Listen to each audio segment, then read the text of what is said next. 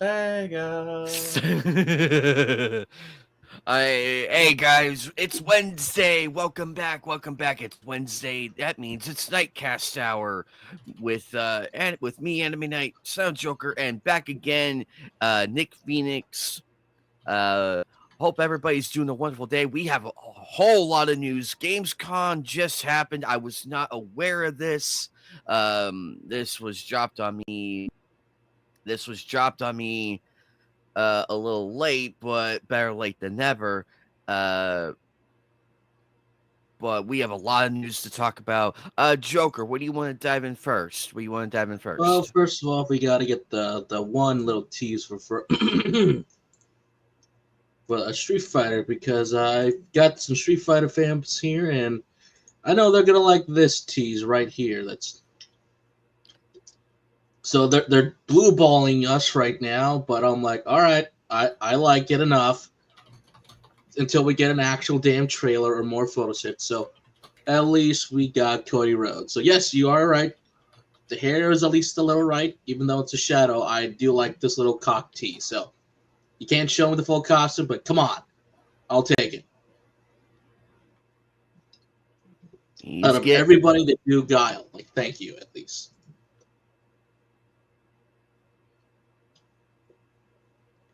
It's enough.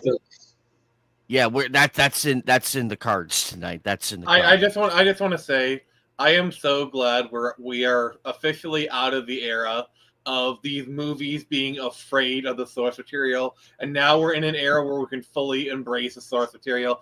Thank freaking God, we're not embarrassed by this stuff. You know what? I 100% agree with you, because even if you look back at the previous video games adaptation, or even like live action manga that was at least produced here in the West, they were always afraid to adapt the material, even some of the comics. But don't be afraid. Embrace it. That's what makes it so fun. I want to see these characters. That's why I think the 95 Mortal Kombat movie kind of holds up, because they just dive full head first in the source material. Like so many movies, even if they do embrace it, it's always like a wink to the camera, like, yeah, we know this is silly. Like, I don't know. And I think that's still why, like, the original TMNT film, despite my mixed feelings about that, it still holds up to this day. Mm-hmm. Today. Like, they embraced it. They went for it. It's like, this was fun. That first movie is like, it rides that very thin line of the comics and the cartoon, because there is elements of the cartoon in there. There's no denying it. But it does what a lot of later TMNT adaptations don't really do, is they get the tone of the comics right, in my opinion. Yeah, I'm still surprised like how dark the original movie went, but it's like, yeah, because the original comics were very much black and white, very much indie. They were very much freedom to do whatever the two creators wanted to do, and yeah, it got dark at times. I'm like, wow. I mean, little do those people know, but like, they killed Shredder, I think, in like the very first issue of TMNT, or like a very early one.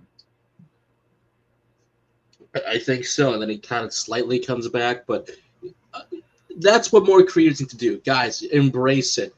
The fans will love you. We'll get in the seats. We'll tell everybody it's close enough, but so have fun with it. So I'm liking what I'm seeing. I can't wait to see the rest of the cast. Please get them more accurate, because if this is how Mr. Cody looks, I can't wait to see everybody else. I'm excited. I mean, if they are brave enough to have a video stupid game hair. I know his hair is one thing, but it's perfect. It looks good. Looks good. I mean, I'm just hoping they do a video game actor Cammy, if you know what I mean. Oh, I think, my man, you've got. I wonder if they'll be cheeky enough to do that. We'll have to wait and see until we get. See, this is why I love Phoenix. So. Kylie Minogue was perfectly proportioned in the movie. I'll say that.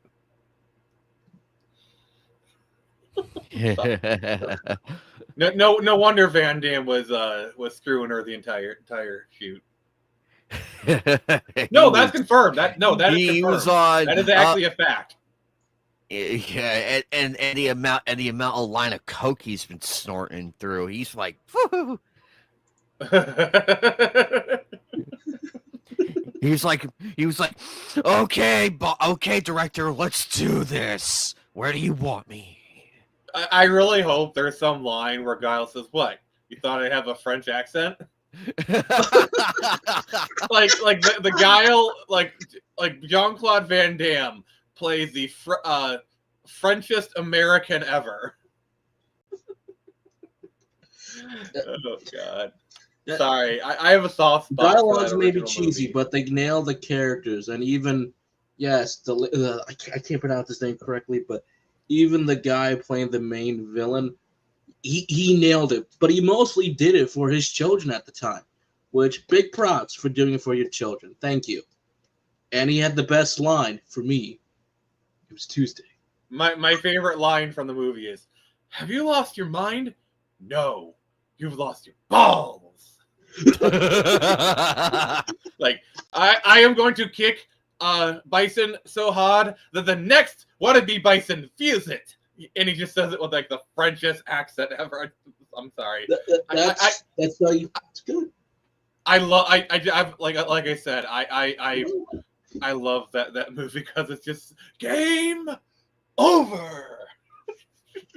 It's endlessly quotable. You can talk about the quality all you want, but that movie sure is entertaining. All right. Plus, they did the wait. You guys are getting paid meme like 20 years before it became a thing. Excuse me. Sorry.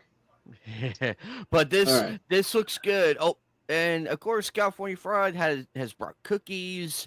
So thank you for your contribution. Yes, we need all the cookies in this. So the pizza better be from Pizza Hut, and I mean the good Pizza Hut, not that crap on 32nd Street.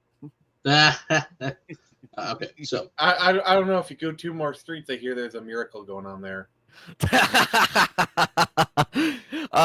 So far, Joker, I like how this looks. I know Cody was trying very hard to get to be like, oh, I want to show them. I just want to show them. Hey, but Batty, it's fine. That's protected by NDA, but it's fine. I like this. So there's no NDA on Shadows. No, there isn't. Hey, DJ Clark, we're just talking about the first tease. Oh, Jorge, what's up? We're just talking about the first tease of Guile in the live-action Street Fighter, and based on the shadow and the pants, I say it's to be accurate. So good. Hopefully the story is good, but I do like Street Fighter Assassin. That's a pretty badass movie. I'm not gonna lie, that was a badass movie. But anyway, I found some stuff that finally I get an update to. The award-winning animated series returns, so Blue Eye Samurai Season 2 is in full swing now. For those who don't know the story of Blue Eye Samurai, we follow a woman seeking revenge of like 4 foreigners who've kind of left her mom on the curbside a little bit, and she's been seeking revenge for a long time. But what I like about this revenge tale, it very much, because it's by the writer of Blade Runner 2049 and Logan, he does an excellent job of making sure that it's not really one-sided. She walks that fine line of the phrase, revenge is a double-edged sword, and revenge is like digging 2 graves. So this is actually a very well-written show. It's got that wonderful French-style animation, even though it's in a Japanese setting. It's very much good, and it did win an Emmy. So, and if Hideo Kojima's praising it, it's like, oh, well, shit, and a few others as well. So, it's really good on Netflix. One of the few shows I will admit, you done good. Now keep this team, and don't cancel my damn show, please. It's very good. Also, did I mention to do a cool cover of a classic rock and roll song in Japanese? Ooh. So it's very good. I recommend you watch it. I think even Phoenix, you might like it as well. But then again, I encourage people to watch it. It's very good. I need to check it out. I've been hearing so many good things. It's really good. You guys would like it. I think it would be right up your alley. Yes, it took me a while to like the main character, but that's the point. They do a really good job to make you hate her, but also feel like is revenge worth it? And we're going to the next country over, so this is going to be great. So we're not just in Japan anymore. We're going to explore more. So I'm very much excited for this. So thank you. All right. And I got some positive news on Netflix, at least. At least the Frankenstein movie will be in theaters for 3 weeks. Now just keep it in damn theaters, Netflix, so everybody can see it. So thank you. I mean, after 3 weeks, most people don't care about a movie anyway. So exactly, but at least give it to more wider audience. At least give them a more time to see it. I get it. Plus, this also the other thing. The other thing this does is it allows it to be in Oscar contention now. They've always done that for the Oscar season, so obviously that's going to be them like all the big ones they feel confident in for the Oscars or Golden Globes. That's what I was getting to. Is this is a huge sign of confidence. The fact that it's Del Toro and he's doing a Frankenstein film. Like this is like perfect symmetry right here. But like the fact that they're screening it in theaters is a sign of confidence from Netflix. If we're like, this actually might get us Oscar. Let's put it in theaters. Ooh.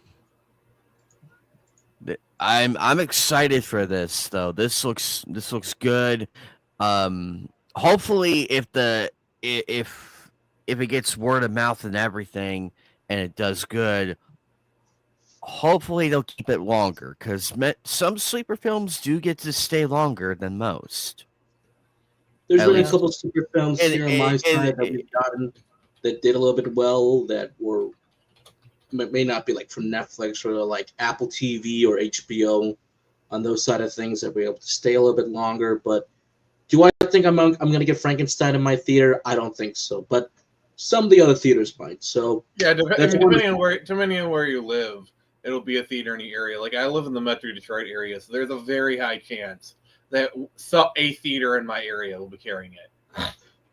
Definitely the one that I've seen that a few more of the Oscar bait movies or stuff that Netflix does, at least in theater, it's only like an 1 hour drive away, like on the dot. So I might do my normal 1 hour drive, go to the theater over there, sit down and relax for 2.5 hours, if not 3. But thank you, Del Toro, for everyone for making this, because this film is just beautiful. Like you can never go wrong with an old school Del Toro movie or stuff that he's making. Like, did he really get Oscar Isaacs to play Victor Frankenstein? Because that just sounds perfect. Yes, he did. Oscar Isaac. Oh my god! Like this movie is just hitting all the right notes. It's like Oscar Isaacs is a brilliant actor, and like playing someone like Victor brilliant actor.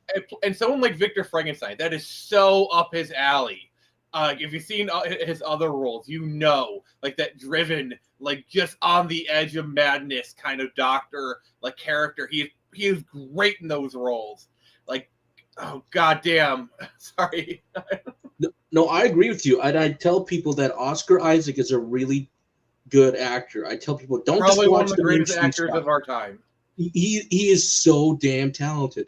Because when I watch some of his other films, I'm like, my God, you are being wasted by the big studio.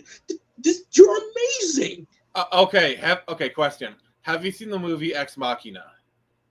Oh my God, yes. He was great. It is a tour de force because you get you get Oscar Isaacs playing like a Elon Musk, Mark Zuckerberg, like a tech bro, kind of mad genius kind of person. Ashley Vikander putting in like literally the best performance of her career. Yes. You have the guy from Black Mirror who, like, what's funny is that the guy who's playing the human played an android on Black Mirror. It's actually kind of funny. Oh my God! And it's directed by Alex Garland. Oh, by the way, on that same episode of Black Mirror, you have Peggy Carter is the lead of that one.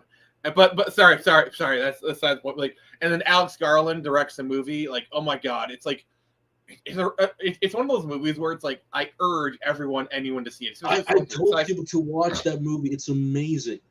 And also, the third act is brutal. Is brilliant, but also like madness at the same time. I'm not going to spoil it. Don't spoil it. We're not going to spoil it for you, but it's brilliant. But I think my favorite line in that movie is when Oscar Isaac is in nature with the guy, and he's like, "Not bad, right?" I'm like, "Not bad at all." Like how Garland is directing them in beauty and nature, and contrasting that to the house that they're all living in is just beautiful poetry. I'm like, "Oh my god, this guy!" Yeah, I just love like the like the momentum like of the film. cinematography is gorgeous. It's just such an edge of your seat film. You're always like, ooh, you know, like just all the things What's happening. gonna happen? It's like a powder keg. You see you see this like big stack of TNT, and you see like little string, and then like the entire movie at the beginning of it, they light the match. You see the string. You're just waiting for everything to go off, and when it goes off, On the second viewing, there are so many small little details that I missed the first. Okay, without spoiling it, I was like, "Holy fuck! How did I miss this?" I love those movies. It's like I love those movies where it's like when you watch it again, knowing the twist, it's like an entirely different movie, like The Sixth Sense. The Sixth Sense you have to watch twice to fully understand it. Because when you're watching The Sixth Sense again after knowing the twist, it's like it is literally an entirely different movie. I mean, we could I'm sorry. I'm no, we could be here and sucking the dick of Alex so much, but we don't care. I would watch all his movies, and I've seen them all. Thumbs up, man. Right enough, Phoenix. Alex is directing. I don't know how you feel about him directing the Elden Ring movie, but he says he is a fan. He's played the game, so I'm like, ooh. I think Del Toro would have been better for an Elden Ring movie.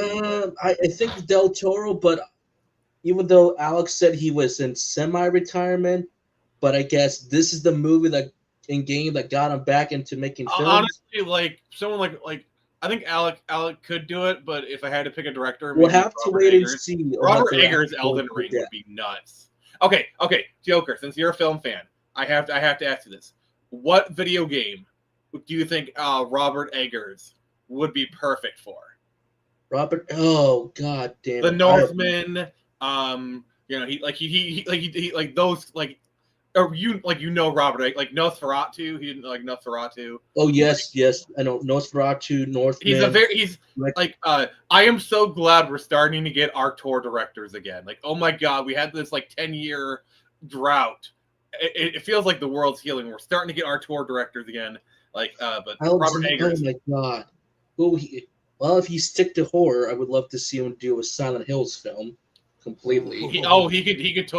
I think he could do Silent Hill. He could definitely do Resident Evil. I think he'd probably be better for like a Resident Evil 7 style movie. I think. I think Silent Hill of Fatal Frame. I think Fatal Frame is the curveball. Okay, I'm gonna go out of here. God of War. Robert Eggers does God of War. Oh War. my god. Do the Greek saga with him. At least let him start it off with.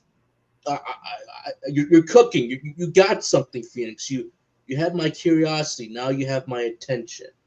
I think because like Robert Eggers understands violence as a narrative tool in a way that like very few directors get, in my opinion. I mean, I love violence on screen, but if it serves the purpose to the medium, which the way he uses violence in movies, the way that Robert Eggers uses violence in movies, he uses it in such a way that like for a lot of directors it's like entertainment, shock value, but for him it's just such a nuanced tool. Like The Northman is a movie that like, oh god. Oh yeah, that was very bloody. That got very bloody in a couple of spots, especially when the Alexander's character, Skarsgård's character, yeah, when he saved that kid and he just keeps headbutting and it's like. Jesus. By the way, Skarsgård for Kratos. Yes. Yeah. I can see it, but. Speaking about that, there was someone else that was supposed to be in Frankenstein. It actually was Mr. Garfield. He was actually part of the cast originally until he had to drop out. So I'm like, and now who is he gonna play? Igor? I think he was. Wasn't he originally the monster, or was he somebody else? I think it was somebody else. I don't know. I can't really see Andrew Garfield as a monster. I don't know. Or was he? I know he was somebody. He was somebody. I would have cast Tom Hardy as Frankenstein as a monster. But I do like who they have right now for the monster, because in that trailer where he just goes full blown Victor, I was like, oh. Ooh. I was like, yes. It kicked me all the way back to like the classic movie monsters, Frankenstein. I'm like, yes, I like this. This is how it's supposed to be. But also, since we are still talking about Del Toro and everything, is that the right one? Yes. This is why, like we said, we're getting back to the art people. Build actual sets, build the actual stages, because once it's more believable, it's you're with them, you're with the audience. I still love Crimson Peak. It may not be everyone's favorite, but just being in Andrean Hall and everything, I just felt like, dude, I want to live in this house. But also not really, because there's a lot of ghosts here. But also the thing is, it was very creepy, very haunting, very gothic. And the thing that I always say is, CG is not your enemy. CG is your friend. You can have a physical set, but still use CG. Like, there's a series of YouTube videos. Gosh, I can't remember the name, but it's like practical CG is not always practical CG. Like, for example, in Top Gun Maverick, yes, they used actual jets, but they CG, like, basically had a CG shell over them, so they moved correctly, kind of thing. And then you might have like physical sets, but then you might have like a set extension somewhere. So CG is a tool that you can integrate, and it can look amazing. Like, I think Dune is probably the first modern film. Modern, I mean like post 2020. Like, if I want an example of what modern filmmaking is, I would show Dune. I love Denny. I love the adaptation of Denis Villeneuve's Dune, and just like how, except for Shawnee, he massacred that. You know what? You know what? Hold on. If I can find that again, there was somebody else for Shawnee. It was Wednesday's actress, so we almost had her. Can I be honest? Jenna Ortega, if they were gonna have like a better Shawnee, like more book accurate, Jenna Ortega would have done well in that role. And I 100% agree with you, even though I've yet to read the books. But from what people have told me, what I've read online, I'm like, Jenna Ortega, I think, would have been the better choice. I'm not the biggest Zendaya fan, but I don't know what it is with her in some of these roles lately. I don't honestly like. I don't like Zendaya. I don't think she's a very good actress. I'm like Tom Holland. He's charming, but he's a one-note actor. Zendaya is just, I don't know, nothing she has done. Well, really, she's just a pretty face. She's not even a pretty face. Like I'm just gonna say it. Zendaya is mid, at best. Yeah, she's kind of mid, but I don't know what it is. She's still trying to get out. Well, she is out of the Disney phase, but I think it's just post Euphoria, which skyrocketed her to everything. Really hasn't gone that anywhere, really, which is the sad thing. But it's not her fault. It's the agency's fault. I don't know. Like, I've seen her in other stuff, like in The Greatest Showman. She's not that good. Like, just everything she's in. Like, she's like perpetually got the scowl on her face, and like, even when she's acting in Spider-Man, when like her and like there's like, how is it when you have two people where the leads are literally dating in real life and they're like ride or die in real life? How can there be like so little chemistry between your actors on screen when the actors are literally dating? I never understood that. It's like, I know that's funny. I 100% agree with you. They're dating, and yet we still can't get it. Who is in charge, please? Like Andrew Garfield and Emma Stone were dating during the Amazing Spider-Man films, and you can tell watching the films. You can tell, like, oh yeah, they're definitely definitely screwing each other. Like, they have that spark, that relationship spark, and it works so well for the movies. But you can tell they're dating in real life. Or when you watch Game of Thrones and it's Jon Snow and Ygritte, like, you can, and when you hear that, like, oh yeah, they later got married, you see them, it's like, oh yeah, that makes sense. Like, there's so much chemistry between those two actors. Like, you hear they got married, like, oh yeah, I get it. Them, it's like, you hear like, oh yeah, they're dating. Really? Could tell on screen. I can't tell on screen. It's one of those things that it's like, I have to take it for what it is, but maybe they'll get better, but over time. But they've had 3 movies. Got that Spider-Man literally money, so he's good. They've had he's 3 movies. They've had 3 movies to get better. At this point, it's either you might as well just cut your losses. Aside from that, but also their other project, because Tom is with Robert Pattinson in a Netflix movie. I thought, like, okay, he was good. Those two were good enough, but the movie was all right in my opinion. Like, I got through it fine and everything. Like, I saw him in A Current War. It was I don't know if you guys have seen that. It's basically like Edison versus Westinghouse. It's got a stacked cast. Like, that's the first time I'm hearing about it. It's got Thomas Shannon as Westinghouse, Nicholas Hoult as Tesla. Tom Holland is in it. Benedict Cumberbatch is Thomas Edison. Oh, that's a good casting. Right. Good. It's called The Current War, and it's about like Westinghouse versus Thomas Edison, and like AC versus DC. And like Tom Holland's in it, and like he's kind of like in the background, but he's fine. Like he's like for what he's doing, I think he does the job well. But like A Current War is a really good movie. I'm gonna grab the trailer and send it to Anime. Okay, so got some more news announcement. This animation project's been in the works in a while, and I know some people like to have other stuff, but we'll just have to wait and see. I did like some of the stuff they kind of slightly hint at in the past with the other photos, but it's like, all right, at least there's something with Splinter Cell. So you did one good thing, Ubisoft. That's it. But the show's writings and direction will determine if we get a season 2 or if it's just a one and done. But hey, it's something. Yeah, honestly, Ubisoft has been like shit. Yeah, like what? Why would they let Rayman be depicted like that? Like, Rayman is their Mario. I don't get it.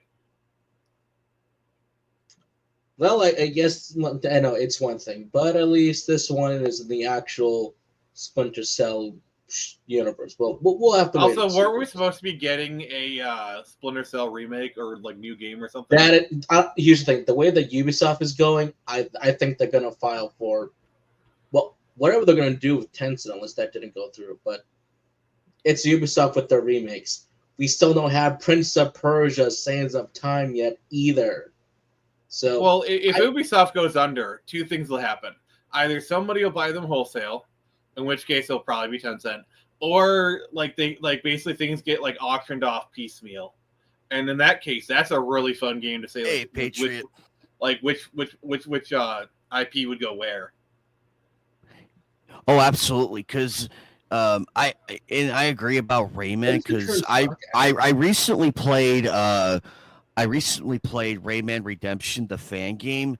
That one had way more love than the original game, and I'm like, this was perfect because it pulled the camera back to where you can actually see the next platform that you're trying to get to, and a few extra things. The current stock for Ubisoft Entertainment is $2.12. So what sucks is Ubisoft nailed modern Rayman formulas, Origins and Legends. Like, if you play those games, they are great. Like, they're Ubisoft. There is your modern Rayman formula. Just keep, like, you're not afraid to just rip off your game every year. Just keep ripping off that formula and do different twists on it, and people will be happy. Yeah, Origins and Legends are my 2 favorite modern ones. I have yet to play it, but the last Ubisoft game that I really, really love, I've been telling people to play this. It's Child of Light. That is a great game by Ubisoft. You don't even know it's from them, but it's amazing. But it's might be a little bit hard to find, but it's a great title. Go play it. It's like it really wows you that So they do have the talent. They just refuse to make. I mean, they do have the talent. Have you guys seen Expedition 33? But that would have taken about 25 years to be produced. That's why he left. Yeah, for those who don't know, for those who are living under a rock, I needed that joke. I needed that joke. I needed that. Expedition 33 was made by a bunch of former Ubisoft devs, and it's probably one of the greatest games to come out in like the last 5 years. It's the one that makes the rounds and make you say, so we can make this stuff. We can produce it. It's the higher ups, the stubborn people that don't want to do it. All right, I mean, there's more to it than that, but you got it right. You got the basics. All right, so I got another news, but just hold your horses. I'm just gonna say, well, good luck, Zach. Well, it's his passion project. I don't know if it will be good or not, but if he's willing to do something different a little bit, go for it. But we'll just have to wait and see if it's good. But the last photograph. It does sound interesting enough. So I'm like, okay, something a little different, a little bit more grounded, a little bit more personal.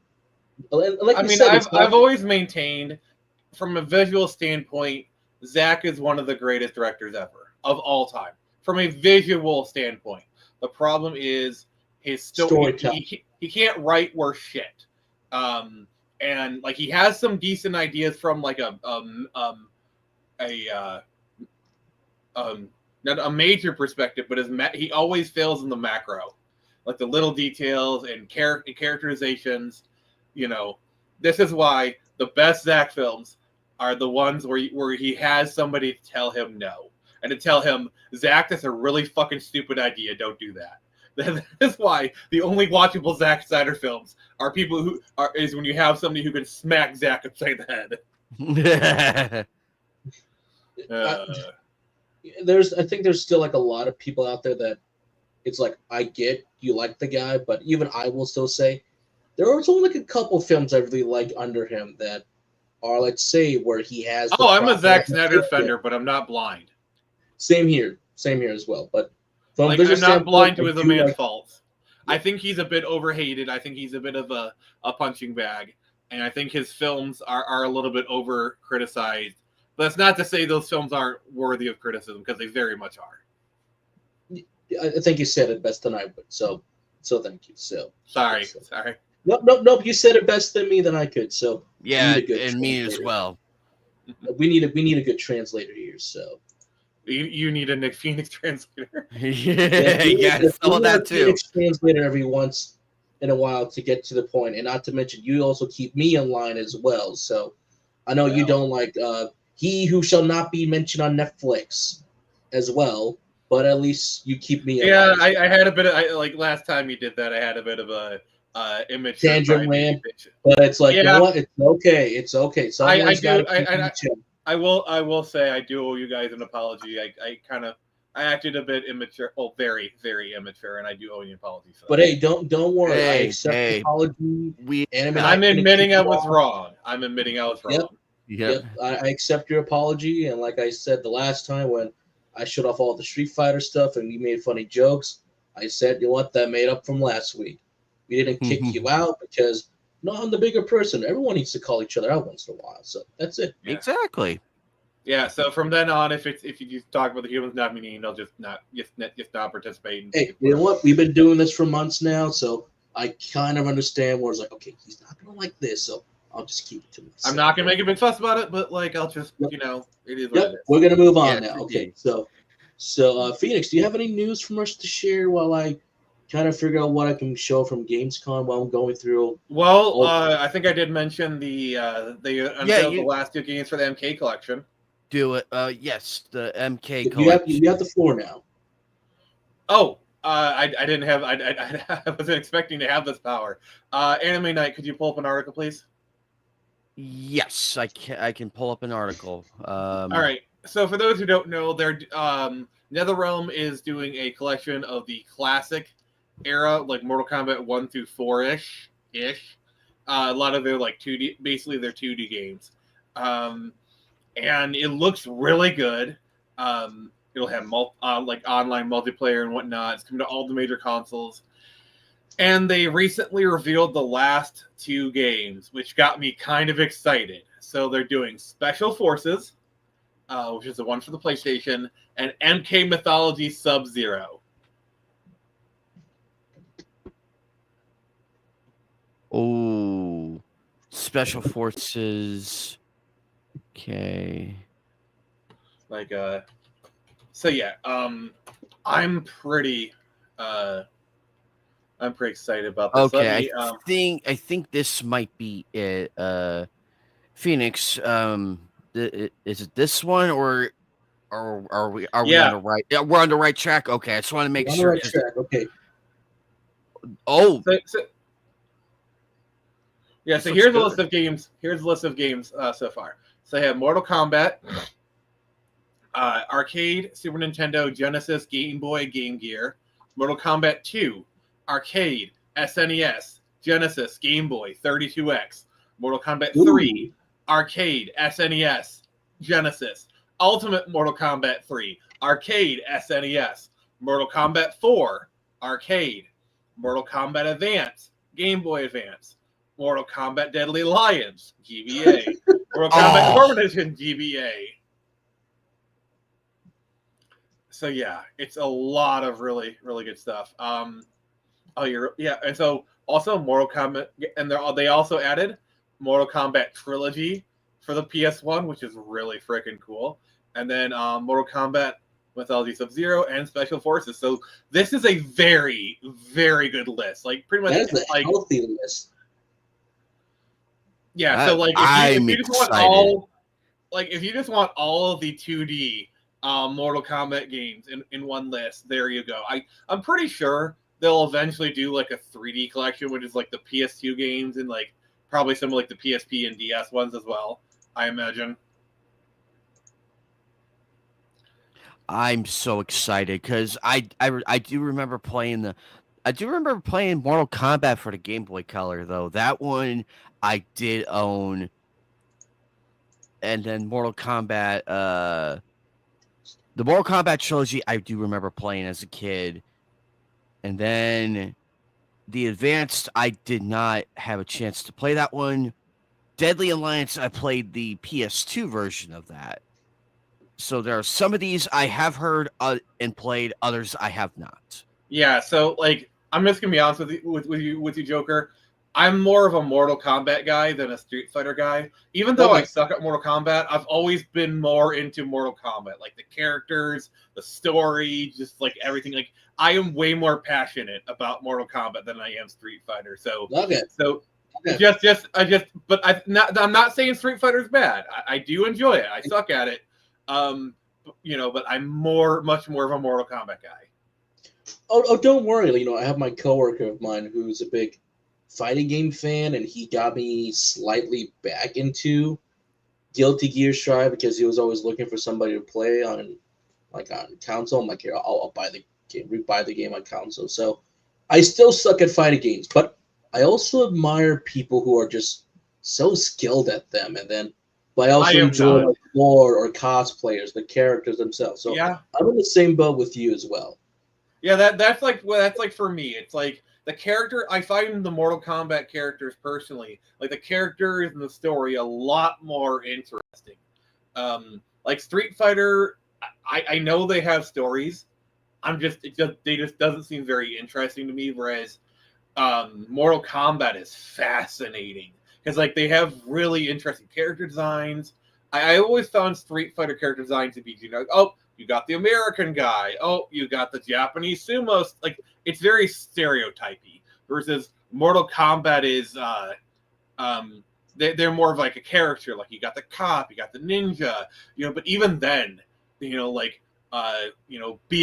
is he's trying to redeem his clan, the Shinryu, or whatever it is. And his brother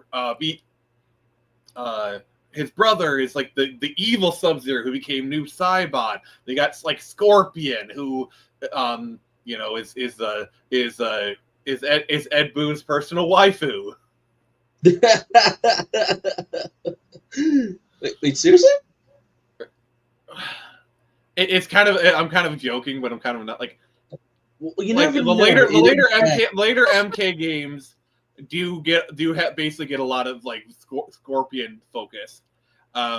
It doesn't help that Ed Boon actually like did the Get Over Here in the original games. Like if you're ever at a con, he'll do it like once.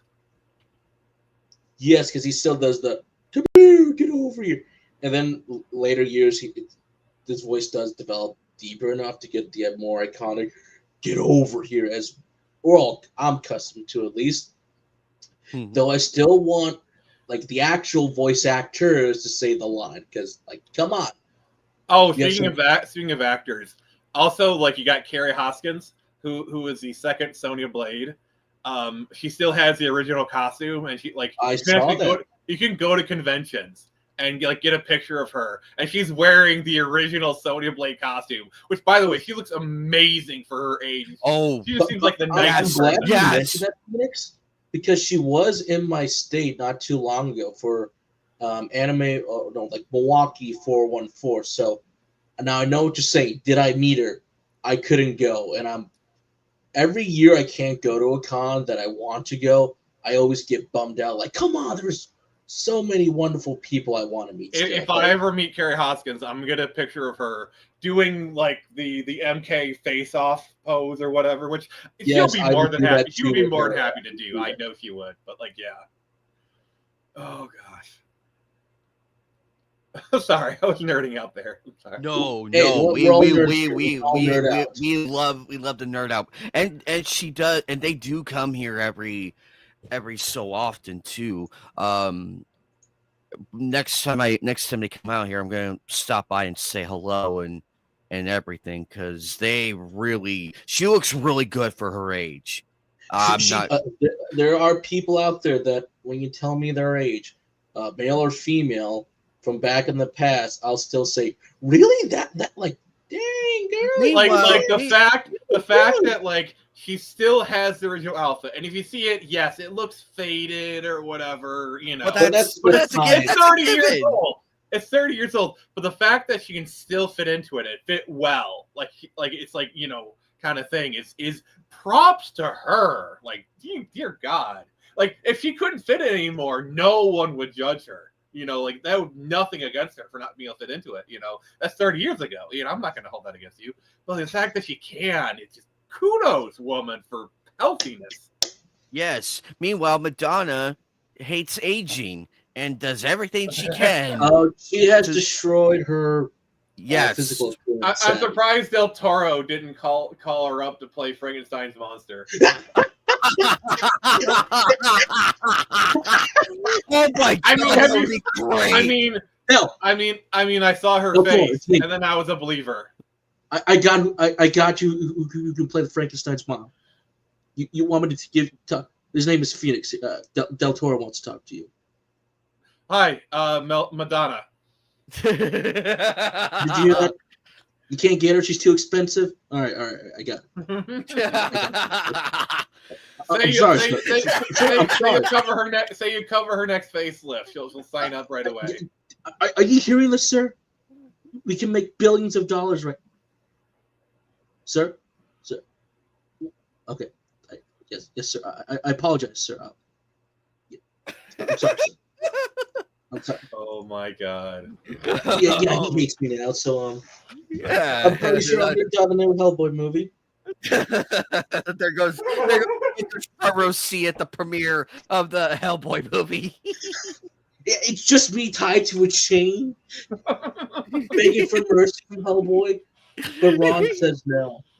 Yeah, and then Madonna walks in and she starts doing back end business from Dick Tracy for some reason. Oh, back dear in God. business and ain't. Oh God. Okay. So I found a. Okay, we're gonna do this just for Phoenix, because I found something for our favorite game, Marvel Rivals. It looks like Marvel Rivals is allowed to add original characters to the game. Stay tuned. You know, there's a character that they could add in. Yeah. Right away. Yes. Yes. I did make my plea. Who do we call to make this happen? You want original characters? Call us. We'll negotiate very carefully. But if you did have to pick, what would she be in? DPS, strategy, or probably DPS? He's DPS. Okay, good. But come on, it's original, or we could hire us. We could write you a new character like that. Hello, we got talent over here. But my ticket, and if it's a bundle of Phoenix, I will gladly buy it. I will buy 2 bundles, one for console, one for PC. We'll take 20. But I'm excited though. Marvel Rivals is further proving that the actual Marvel is a joke, and that's embarrassing. Well, the thing is, they were Marvel, talking about you're getting your ass kicked by a game that respects the lore and everything. Well, the thing is, they were asked about the air quote Gunnar costumes. I hate how that term is used loosely these days, but they came out confidently and they said like, fans like them. I'm like, you're right. The fans like these costumes. And all right, I need to lay down a quote. Okay. Gooning, for lack of a better word, is good. Yes. If you know what I'm referencing, you're awesome. I was doing the play on the greed is good. Okay. Well, I won't cover like all the Gamescom stuff, but I'm gonna do like a quick bit of a lightning round for what we have that was announced at Gamescom. You can always find these trailers themselves. There was a lot at Gamescom this year. Some good stuff, some prizes, but some stuff we expected to see there. But we'll start off one that was kind of short slightly towards the end. As I was working out, watching the stream, I'm like, okay, what's coming out? What can I show for tonight? If this darn computer of mine and the Wi-Fi would properly work, despite me having that awesome connection I have. Nope, still there. But there's some nice stuff that was announced, and one bizarre one for the pre-show that I have to find that will make Anime Night laugh his ass off, because I know this is gonna make him laugh. I don't know if it's gonna make you laugh, but I was like, oh my god, no. I kept saying no, constantly over and over. But the one that I like the most so far is that we got a new look at the brand new Onimusha game by Capcom. Ooh. So, very nice. I can neither confirm nor deny that the Onimusha 2 and 3 are going to be on the game stream list. This looks good. I slightly like the anime by the famed Japanese director, but I have yet to play it in the game, so I am encouraged now to play the games. I'll probably do one of them after Darksiders that I have finished lately for the channel. So, but I'm liking what I'm seeing. I'm like, yes, this is what I want to play. So, hello, what's over here? Whoa, hello. Hello, nurse. Hello, nurse. We're actually real quick, Phoenix. We are going to get to that game, so it's on the cards. It's on the cards. Don't worry. I have everything prepared. Me and Joker have everything prepared. We're going to get you are prepared. Yes, but first, what the hell is that, and why am I? My little anime is already. I have half-mast. the weirdest boner right now. Yeah, mine's at half-mast right now, and I'm like, I don't know. I have the willpower to Anime here with the semi. But semi-automatic. Probably. I mean, that's my girlfriend anyway. I did find one that he. Yes. Back to limit run games. but limited. I know run that's the downer Back right to there. form. Back to form. How it should be. Limited I run. do love. Hey, maybe we'll a bit of a trade off here, but hey, it could be worse. It could be worse. I do love that. Like, I do love this. Like, can I just say, I really do love this beat 'em up resurgence that we're having. I love. Oh it. hell yes, so do Yes. I. When I was camping a lot in Phoenix back in the old days with my family, the young me, if there was like a pool or something, it's like there was an arcade, I would be at the arcade like for hours on end with my quarters, playing a bunch of the beat 'em ups or like Area 51 and a few others. I did play like Oh, I remember like that my game. fighting addiction. Well, my part of my love for fighting a little bit, but why I still like it. One of the old campsite used to have X-Men and Street Fighter, so I would play that for a little bit. Ooh. So I know I was lucky to play that. I was lucky until I do love the unofficial Konami beat 'em up trilogy of X-Men, Turtles, and Simpsons. Oh yeah, ooh, yep, that was a good one too. Like, there's not a bad game in the bunch. So despite this being, being published by limited, Wait, we have to say that. I'm sorry, that frame is total Golden Axe. They literally ripped that off of Golden Axe. The dragon is, that is totally Golden Axe. And I'm not insulting it, but that is totally a Golden Axe reference. Yes, I welcome it. Tossing it into the air and the dragon comes, and like how you only see the jaws. That is definitely a Golden Axe reference, and that is A-okay in my book.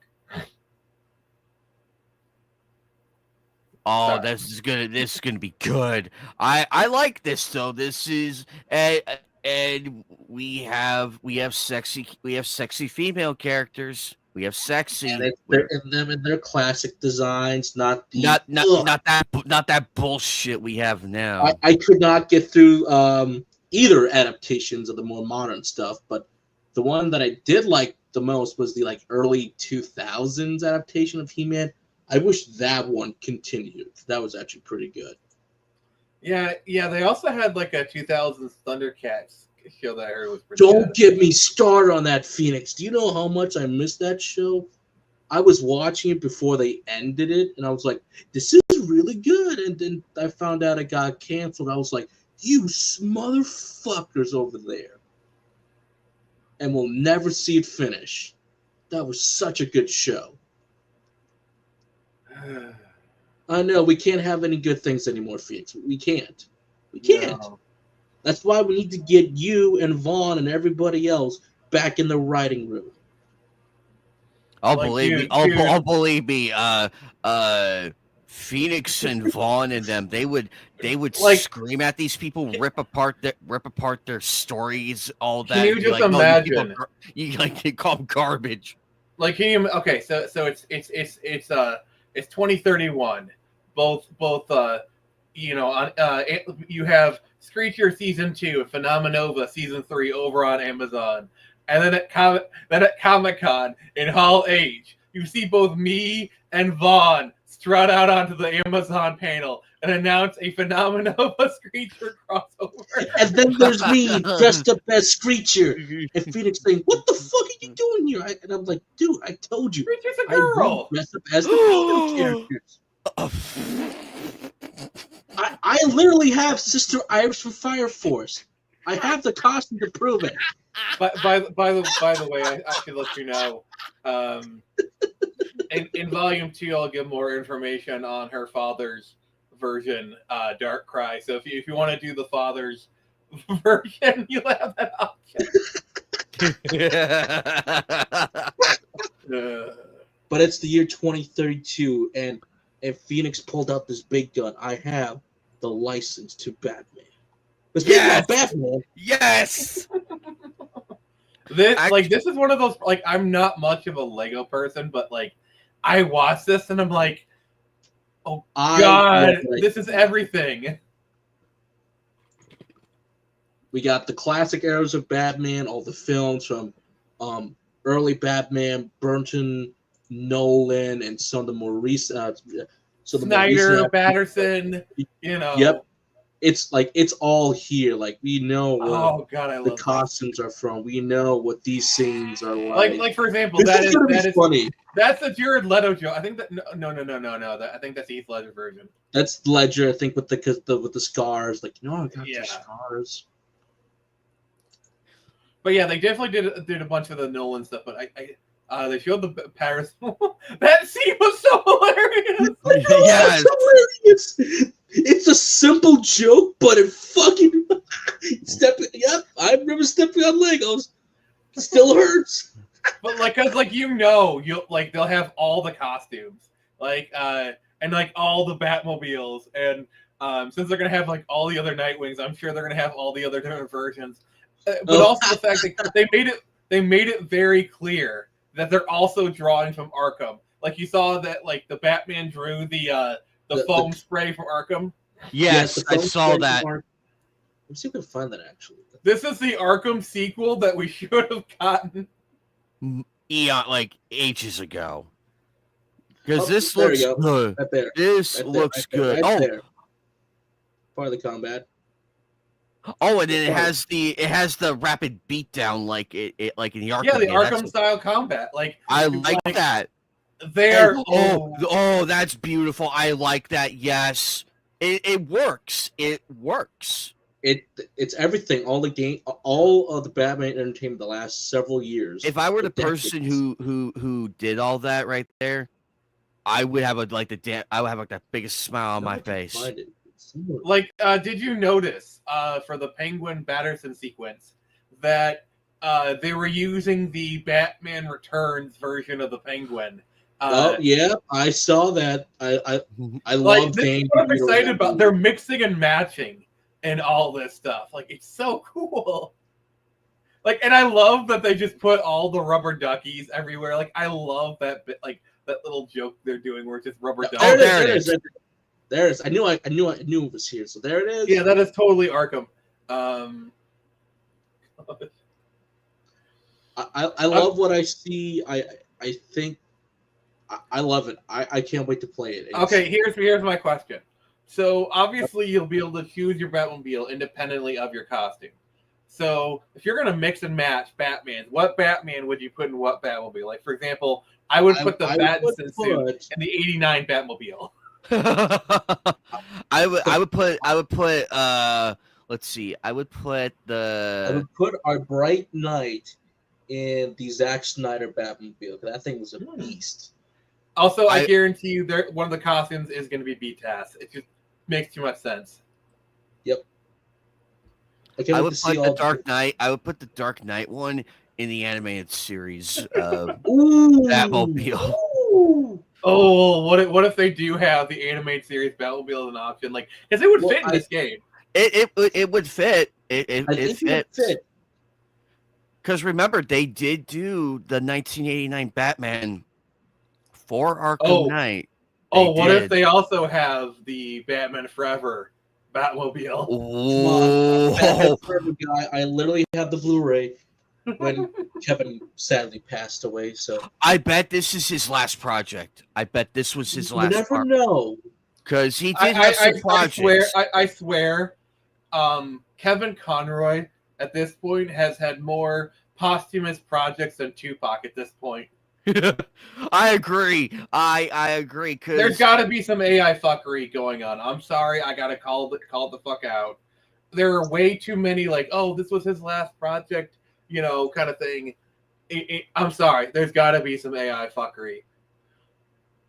Maybe some things, but I think he was able to do a fair amount just before the end, which I'm so grateful. I think we're getting way past like that, like how it's been. Although some of it could have been archived 3-4 years. Archive, yeah, fine, but I don't know. But I'm just hoping it's not AI, because if it is AI, we are disrespecting the. It's 2040, and Kevin Conroy is doing his last project. That's what I'm getting at. Yeah. Okay, let's see here. What else? I just get pissed off because like WB has had like 3 or 4 different like final Kevin Conroy projects, and it's just pissing me off. Well, for those of us who do like the asymmetrical horror, we got to look at a new Halloween game. So Oh, as That's cool. always, so I still like Friday the 13th. I wish that wasn't pulled off. Or Rights gone. issues. I think this is going to be the replacement for that game. I know Texas Chainsaw Massacre is a thing. I don't know how long that's. I think they did a Predator game too. There's a Predator game. There's so great. I get to play as Michael Myers.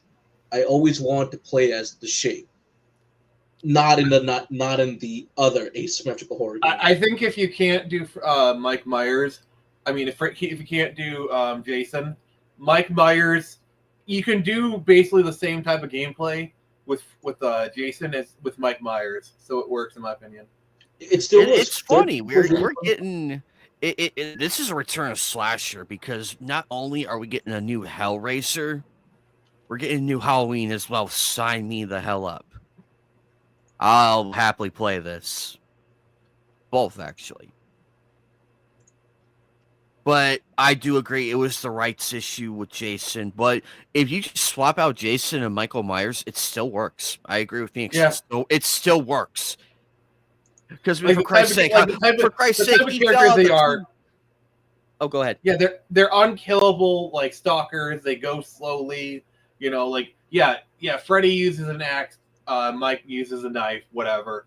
But like the gameplay loop is essentially the same and it doesn't matter the characters. All right.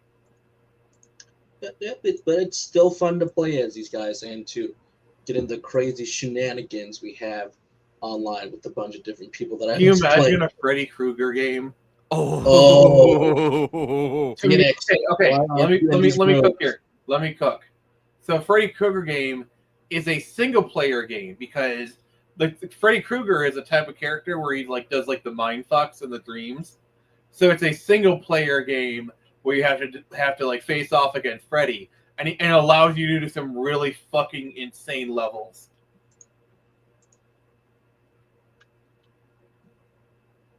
I can probably see that actually. So you can be creative with the levels. You can do weird stuff with it. So I think you're on to something there, Mr. Phoenix. Although a big surprise for me is it's like this train Tony Hawk downhill anime. It's weird, but it looks cool. It looks interesting. I mean, I'm okay with weird, even if I don't like play it myself. I am a-okay with games trying something, even if they fail. I applaud them for at least trying something new. Too many games just fit into cookie cutter molds nowadays, so I'm more than happy to welcome something new. And that's why I like Gamescom and everything, or like stuff at like E3 PAX, you name it. Because I always tell people, what are we expecting? The big AAA titles and whatnot.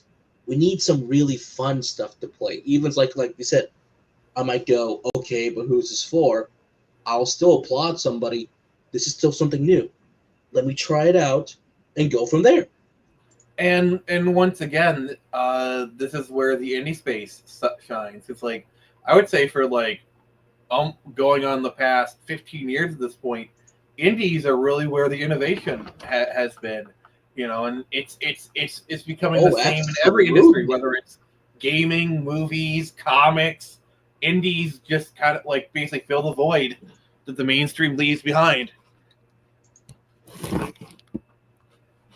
Absolutely, because there's some projects that I promote, whether indie comic books, like just trying to get the word out the door, some new games that we do find here on the channel. It's like it's something different. It's still maybe the same genre, but what's their twist? It's the simple thing, as we say, sell me this pen. There's a market for it somewhere, but they're selling me the idea so well. I'm like, fuck it. I'll play it. You caught my attention. Yeah.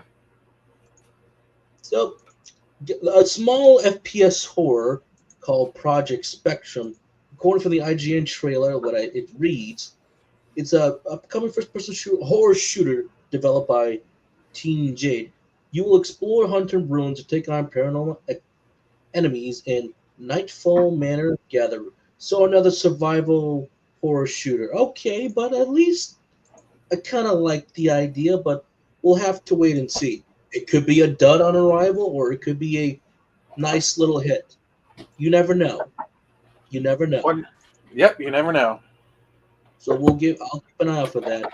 I'll get the last thing they have from Gamescom that we have up here. Yes, another look at season 2 for Fallout. And yes, Yep, we are I got words.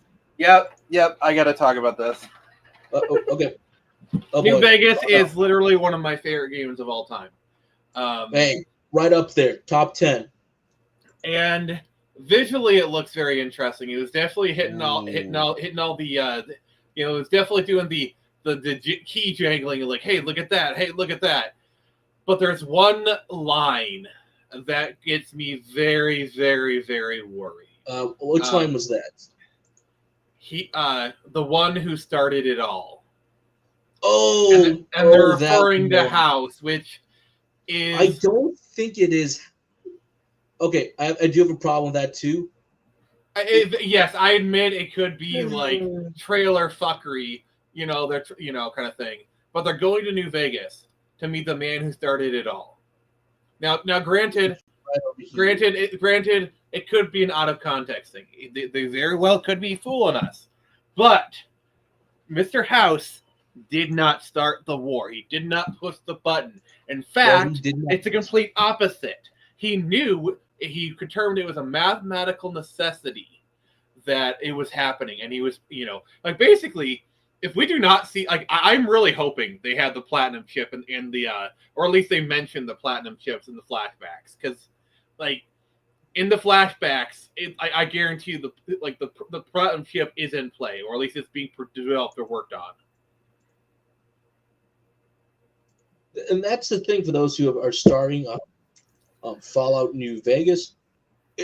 Besides that, New Vegas, I'm going to argue with people, has the best intro to any Fallout just before you get to the main screen.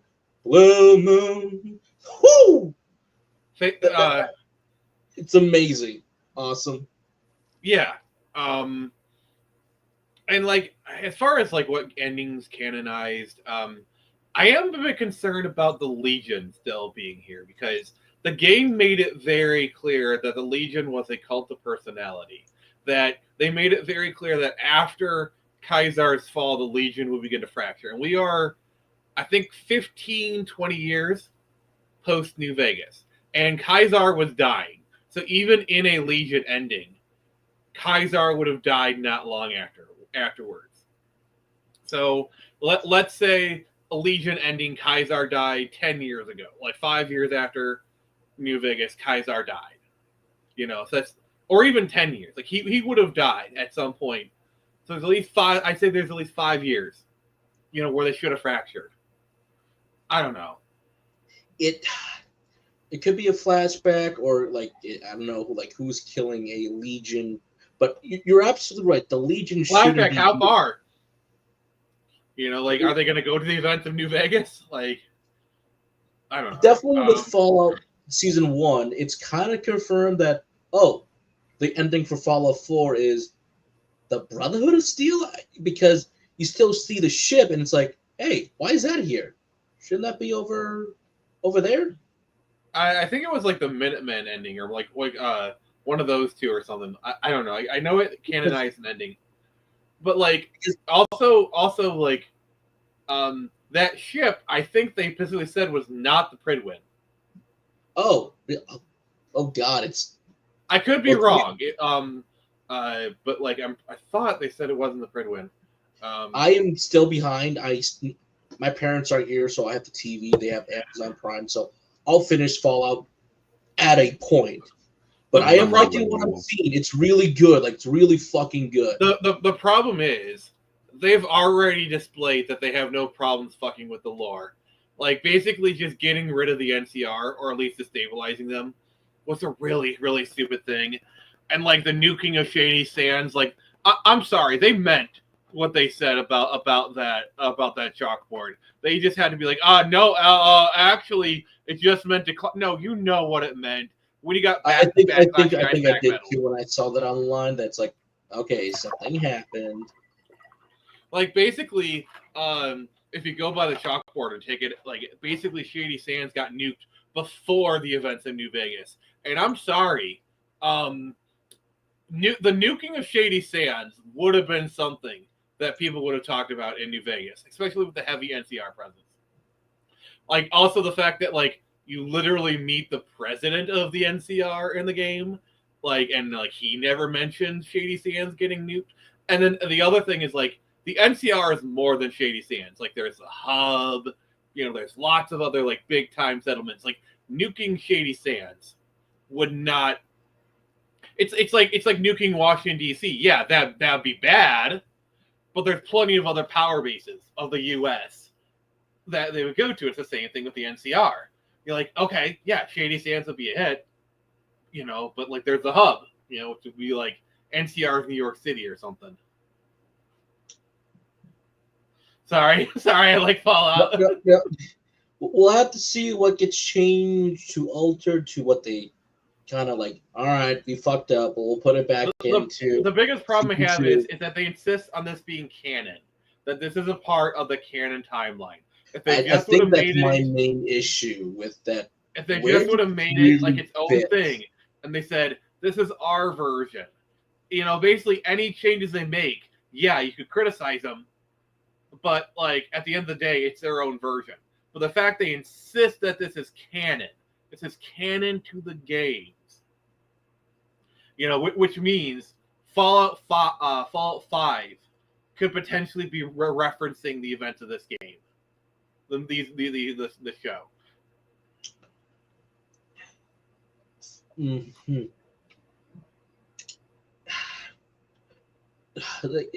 I mean, that is a very good point, but we'll just have to wait and see like going forward, because the show has been good so far. I love what I see. I like the first season, despite some of my gripes. I feel like it nailed the tone of Fallout, the world of Fallout. Like it looked like Fallout, it felt like it.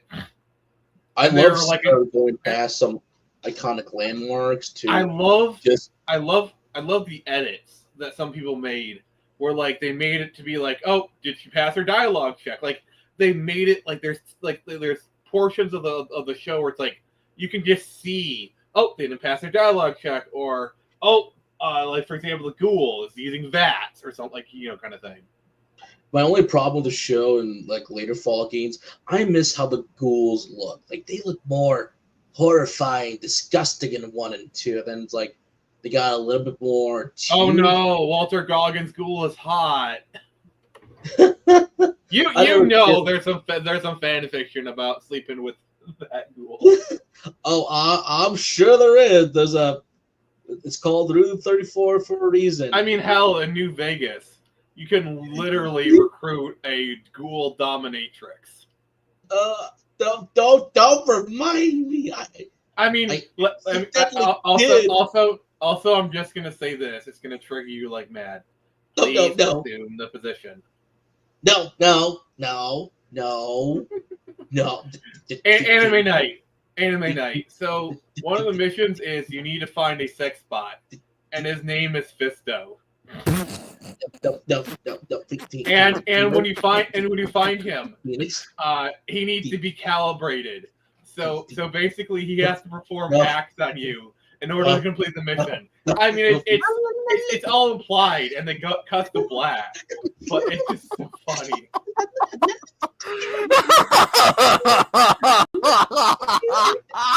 Oh my god, poor Joker. He's so traumatized. I hated that shit. I didn't get XP.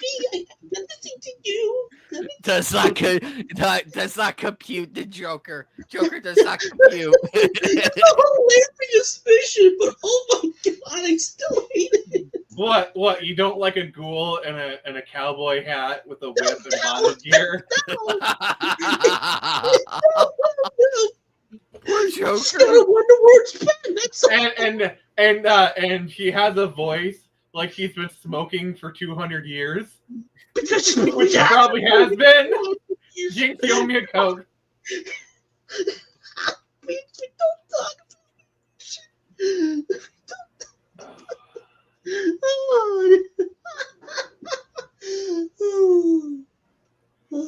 Oh, by the way, her name is Beatrix. No! Beatrix Russell. No! Don't provide me! All right, Anime Night. You have to join in on this horror. I'm gonna send you a picture on Messenger. No, I'm sending this to Anime Night. He is the one who has to deal with this. Oh no! Anime Night, check your DMs. Simpleton. The poor simpleton. Bob, get a shot. No. I could see why Joker is traumatized and everything, and wow, that's the fun, that's the hilarity of the Oh my god. of Fallout. That's the hilarity of it. I just found Beatrix cosplay. No. Oh my god. Hey, Joker. What? Uh-oh. Are you? Knowing Phoenix, he's not joking. Well, I've seen a ton of cosplays in my life, so it's probably true. I'm about to bless you, Joker. Oh no, he's putting in the private chat. Oh no. Here you go, brother. Oh no. Oh no. Oh, Oh great, my first message from Phoenix, and she doesn't look too bad actually here. Oh my god! I'm not gonna lie. Oh my god. I have God, questions. so cursed. Hey, Christopher ATs, what's up, buddy? Oh my god. God, it's so cursed for me. Thank you, Phoenix. My first message for him, and it's Please assume the position. no. By the way, that the interaction is going to be made into a YouTube short. Oh. It won't be the first time he's done it. You should have seen my Anime rant Night. for. I just blessed you with cosplay. Let's see. Not again. I gotta say, that's actually pretty spot on. You sick fox. Hey, if you gotta make it spot on somehow. I wonder if Phoenix knew the reference when I said, that's not bad actually. No, I don't. Scary House 2, where you need to get off the computer call right now. Come over here. It's the only good scene in that dumb movie. Mm. And it's hilarious because it's like the usual, big black guy in prison, the only white guy and everything. And then he's like, what? It's a dumb movie, but but it has the line where the guy goes like, oh, you know what? It's not that bad, actually. Like, dude, you got like 3 to 4 black guys in one room with you. What do you think they're going to do? Wink, wink. Hence the joke, but that's enough time for the day. But at this darn screen of mine, I got to fix the Wi-Fi in here sometimes. now Phoenix is done visually breaking Joker even further. Joker, you have something here I've seen. So what is this? The developers from Ghost Runners. This is probably one of those games I'm gonna be checking out. It's kind of like a first-person, like slight, not really like hack and slash, but you got like in a Victorian era-ish style of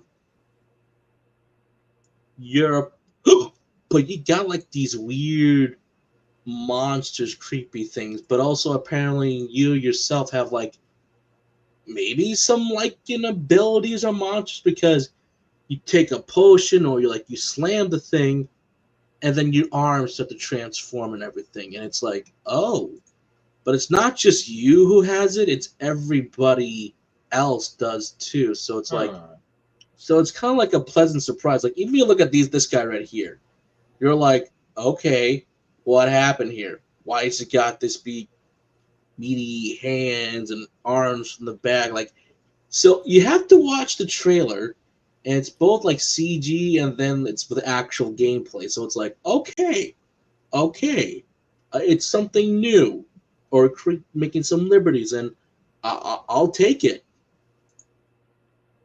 And it's by the people who make Ghost Runners, so this could be fun. I need to play Ghost Runners. I haven't. I got it for free on Epic at some point. I need Ooh, to try. you're in for a fun ride with the parkour abilities. It is a one shot, so if you die once, restarting from the nearest checkpoint, and it's a lot of fun. Like, have you guys played Mirror's Edge? It's a little bit like Mirror's Edge, so yeah. Okay. And it's a lot of fun. So once you figure out where to go, what the right attack patterns to do, you'll have a blast. And if you know some people who are speed freaks who like to go fast, that game's very fast once you get the rhythm down. So fast, in fact, it crashed my PS4 and PS5 at one point. And that because I was putting too many inputs, and then it crashed on me. And I'm like, "You're going too fast, Joker. You're going too fast." Yep. That's a lot of fun. I mean, that's what your girlfriend said last time. So is that why you still can't get a date? Oh, burn! That's why you can't get a date. I mean, I already got one right here in my bed, so your blow up doll doesn't count. I'm pretty sure that was yours that you said I could have, but I said no. I mean, hey, you wanted my sloppy seconds. What was I to say? But what do you mean? I told you I didn't want it, but you just kept bringing it over for no reason. I'm like, dude. I offered to clean it for. And I said no. I don't want it. Get it somewhere else. Like, get it out of here. I mean, I tried to get it out of here, but you kept yanking it back onto the bed. I was like, all right, fine, it's yours now. But I said I didn't want it, but you kept bringing it over because you said I'm bringing the girl over. I'm like, dude, what am I your first? I mean, your word. You said you didn't want it, but your arms were still trying to jerk it out of my hand. So it's like, just what are you talking about? That was you last night. You were smoking weed with Snoop Dogg. And I'm like, I gotta get out of here. Not my fault. Snoop Dogg has the good weed. I told you need to be with me with Snoop, because then at least you'll be moderation. But it's Snoop, and I knew he would do this every single fucking time. Hey, Snoop's my friend. I know it's Snoop, but that's why I get a little sticky every once in a while. Although I wish you get sticky. Because you don't wash your wife's dildos before you use them. Listen, bitch, I'm Rick James, bitch. Adore yourself. If you're Rick James, then I'm Martin Luther King. You're Martin Luther King. I'm Malcolm X, bitch. Don't forget, Martin Luther King was no. Oh, okay, I'm not gonna go there. No, not now. We're going too far. Yeah, I was about to go into the FBI files and quote some stuff. Oh, it's like, no. FBI, you trust both of us right here. Emily, do you have stuff? Because I'm almost about to run out of stuff to show. Any news you want to share? Well, we do have. Let's see if I could find it, because you brought it to my attention. Oh darn it, where is it? There was just so much that got released and everything. Oh, Joker, what the hell happened between you and Bounding? What happened? Okay, you know what? Phoenix made the best tweet that ratioed him. Oh my God! I'm still getting notifications. I am still getting notifications from that. Are you blocked by Bounding in the comics? Are you blocked by him? I don't know, because like, oh God, because like, I did that. Show his tweet. It's perfect. Like, and I agree with you. Why do you think that was a good idea? Like you don't have to like what James Gunn did with that scene, but you have to agree. Like, what Bounding into Comics did was so fucking shit. It was I fixed it. No, you didn't. Yeah, like, oh my god, it kind of reminds me of like after BVS came out, and every content creator did a let's fix BVS, and it was just such, and they'd like write script, and it was always the worst drivel ever. And that was the birth of me not liking any Snyder discourse because it's all so disingenuous. Oh boy. Yeah, I'm trying to dig it up right now because that happened a few days ago. How I put that scene, like, it's Mr. Terrific. He doesn't care. Like, this is nothing to him, and the music that's playing is just what they're listening to. It's like a day at the job. So yeah, and like my favorite thing is like how they end it with Lois Lane saying, "Holy shit," you know. Shit. Okay, so here's the context. I make this stupid meme post because everybody has this, at least in their library, and apparently this is what gets me to be blocked. of all the things. If you can't take a meme post, I'm sorry. That's kind of petty. No offense. I'm scrolling down to my replies. I'm trying to see. You gotta click the actual post, and this is what click the actual Bounding into Comic post. Yeah, it was a few days ago, so I gotta dig it out. Anime Night, could you send me the post, please? So I'm trying to find it. I post way too fucking much.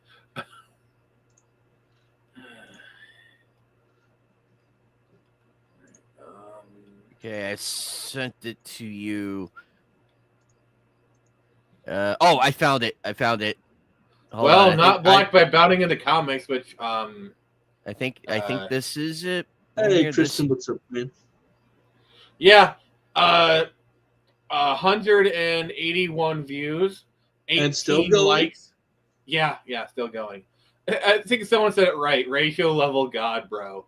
150 retweets, 11 comments, 84. Yeah, fucking ratio. And what he says is, nope, audio levels are not balanced at all. Song does not match the scene in the slightest.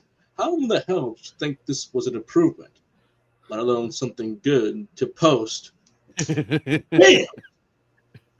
I see what's funny about that is there's no quips in there. It's just straight brutal to the point. Bounding to Comics, whoever blocked me, it doesn't look good on you. But I'm one small individual. What's funny is I'm shocked he didn't block me because obviously mine was the one that kind of took off. I mean, maybe some other posts like took off because how many views does that post have now? 5.5 million. So he's gonna make some good money. He's gonna make some good cheddar off of it at least. Like in my experience, he'll probably make like $100-$200 off of it, but still. Oh gosh, like I watched Bounding into Comics. Like I follow them and I think like, okay, they're a fair enough news source, but this is just, I don't know, because like this is why like I don't like anti-Snyder discourse, but at the same time I don't like anti-Gunn discourse because they're both disingenuous. It's both I hate you because I've chosen to hate you, you know, and just I hate you because you won the domestic market versus the other guy. Yeah, and then it's all like competition stuff because like, oh, suck it, Snyder fans or whatever. You know, it's just such, I don't know, mean-spirited. I mean, we're allowed to like. And we all have our preferences. We all have our preferences. Like I personally think the new Superman is better than Man of Steel. But that's not to say I think Man of Steel is a bad movie. I think story-wise, I like Gunn's version a bit better. From more of a climactic battle, Man of Steel will take the cake for that one. With the better visuals, Man of Steel, but with more heart, James Gunn. Yeah, and at the same time, just because Man of Steel is not as good does not make it in and of itself a bad movie. You know, because like I still enjoy watching Superman Returns. You know, which is not a like hell even like the only like objectively bad Superman movie I would say is Superman 3 and 4. I do like the Bryan Singer adaptation a little bit. Superman Returns. It's a bit subpar. I've been liking it over the years a bit more often. When it's on Brandon TV, Ralph. I'll watch it. Brandon Ralph is a very underrated Superman. But Singer did kind of nail like the aspects of classic Reeve, I would say. Yeah. And that's the funny thing that people don't realize that James and Zack are friends, actually. Or at least that's what James Gunn claims. Or at least that's well, actually, as a matter of fact, James said he had seen Watchmen, and he said, I like Watchmen. I'm like, oh, cool, sweet. Well, funny thing about Watchmen is, I don't know if you've seen like in the past year or so, there's kind of been a reevaluation of Watchmen where it's like, okay, that's like the one good Zack Snyder movie. I've been seeing that one's beginning to reevaluate a lot lately because of like part of the superhero discourse of being like, so do we like these movies still? Well, the big thing about Watchmen is the source material and the tone is perfectly tailored to Zack Snyder's taste and like his outlook and like the nihilism and all that stuff. It perfectly fits Zack Snyder's taste, and that's why it works. I had a coworker who read all like 10 issues of Watchmen, and he's telling me about all this cool stuff. And I'm like, why is this stuff like it's still in the movie, but it's still that weird thing that you're not going to take like 10 issues and make a perfect adaptation. It's going to be slightly lived, but still getting enough right. And the more I watch Watchmen, the more I still keep saying this is still a good movie. It was just ahead of its time. Dude, I took a date to see that movie in theaters when it first came out. Oh, wow. I remember halfway through, my date was like looking through for her fingers, like, what's wrong? There's a 6 foot tall blue penis on the screen. And I looked, and as if for the first time, like, yep, there's a 6 foot tall blue penis on the screen. Mr. Manhattan. Yep. Gunn makes more enjoyable movies, whereas Snyder is more for a niche audience. Well, that's why Scooby-Doo fits with Gunn. See, my thing was, I don't like Gunn in a rated R space because he if you let him do too much of his sensibilities, like that's why I don't like Peacemaker. I think it curses too much. It's too much with the vulgarity and the shock humor. But if you force James Gunn into a PG-13 space, like Scooby-Doo, Guardians of the Galaxy, he produces amazing work with heart, with feeling, and so like I had some confidence because this is James Gunn in a PG-13 space, and I knew a lot like James Gunn couldn't do a lot of his James Gunn-isms, and so I was like, okay, I think this movie has a chance, and yeah, it basically was the movie that I thought it would be, and I mean that in the best way possible. I do have a soft spot for the 2006 film by Gunn called Slither. Oh, that is right up my alley. I know it's R-rated, but may not be for everybody, but I love weird horror films like this. I love it. I'll never get a sequel, but I love it. Very raunchy in a few spots, but hey, that's just me. I got Watchmen was not Snyder's first movie. Like the first movie that people noticed was Dawn of the Dead, which is actually a really good remake. I think he had also done he did 300, which is probably like 300 and Watchmen are probably his like the two movies that people are like, yeah, those are good. Yep, the first two films he ever did. I defend Sucker Punch. It's basically 4 music videos kind of stitched together. There's the weird animation film that he did Legends of the Guardians of. Legends of the Owls Go. There you go. The Owls of Gahul. From what I understand, that one is like very good visually. Like even holds up today or whatever. It has that weird CGI Hey, Jasmine. filmmaking to it, but visually, due to his his low depth of field, his style for visuals, and the cinematography he likes to use. There are several shots in that film. In another life, James Gunn is like lauded as the greatest director of photography ever in the history of cinema. Or I mean, Zach. In another universe, Zack Snyder is lauded as the greatest director of photography in the history of cinema. Like he would, like basically in any other universe, he would be on the Mount Rushmore of the greatest directors of photography ever, kind of thing. But yeah, I don't know. Like I said, he's great visually, and I'm sure if he hadn't gone in directing, he probably would have been a director of photography and been the best ever. Mm-hmm. Agreed. Joker. We missed out on the Black Myth Wukong sequel that I don't think we touched. We didn't quite talk about that. So I suck at Chinese mythology, but this is another one from the Chinese mythology series that they are adapting. So they're not doing Journey to the West Z? There's actually multiple different trademarks, actually. That's the one thing that... No, Black Myth Wukong is based off of Journey to the West, which is also famously Wukong what Dragon Ball Z is based off of. Yep. I believe there's still a DLC in the works, but I think that was what was actually shown, actually. A brand new game with the... So, hold on a second. Let me... Because this one was like...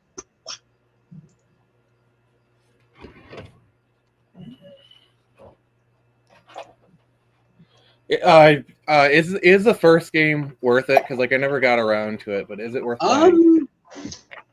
It will take up a lot of gigabytes. It's over like 100. That's a problem I have with a lot of modern gaming. From a visual standpoint, this game, it looks amazing. From a gameplay standpoint, are you like a Souls fan or Souls-like? It plays like that, but it's still very good.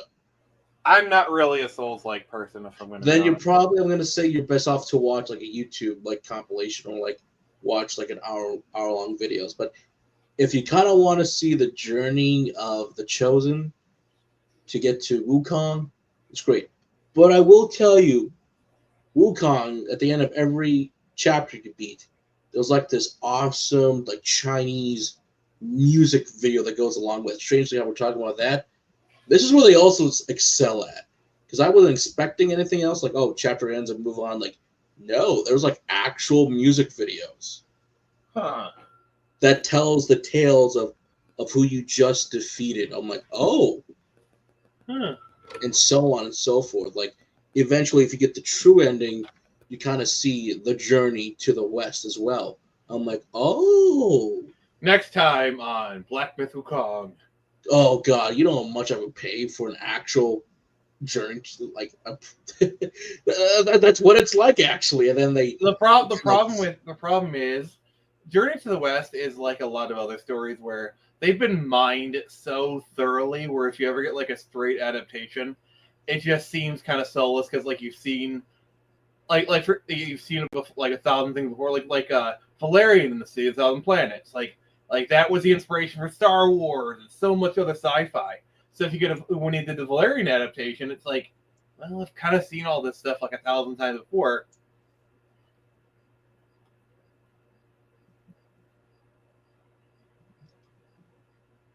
So yeah, if they ever did a Journey to the West, by the way, one that mass market, I guarantee there's been Journey to the West movies or whatever. It's one of the oldest novels ever, so I guarantee there's a bunch of them. I know Netflix from they do. There we go. There we go. Okay, let's see here. If it quickly will pop up. There we go. So this is the new game, which is the one that got announced. So this is it right here. This is the second entry. So every game in the Black Myth series will be based off a different Chinese mythology, and this is the description of the actual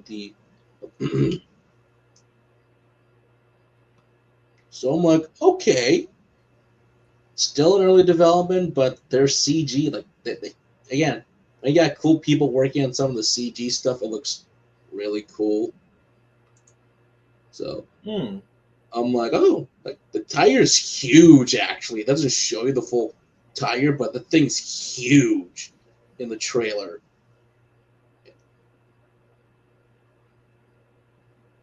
So this is what like I'm excited to play because I'm up for stuff like this.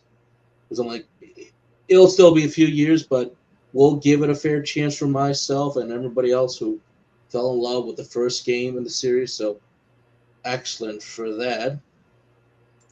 And I got because they bought them out. Now it's time to do a Sekiro anime. Okay. So this will be adapting the main game. I don't know which ending they'll go for, but okay. And Sekiro 1's rel on my PC, very great. For those who get to play Sekiro, get on it. It's awesome, one of the best. Honestly, like I wish we would have gotten a Ghost of Tsushima anime. Oh, don't get me started on that, please. Ooh. Like imagine a Ghost of Tsushima anime with like a really good art style. If this does well, we could be getting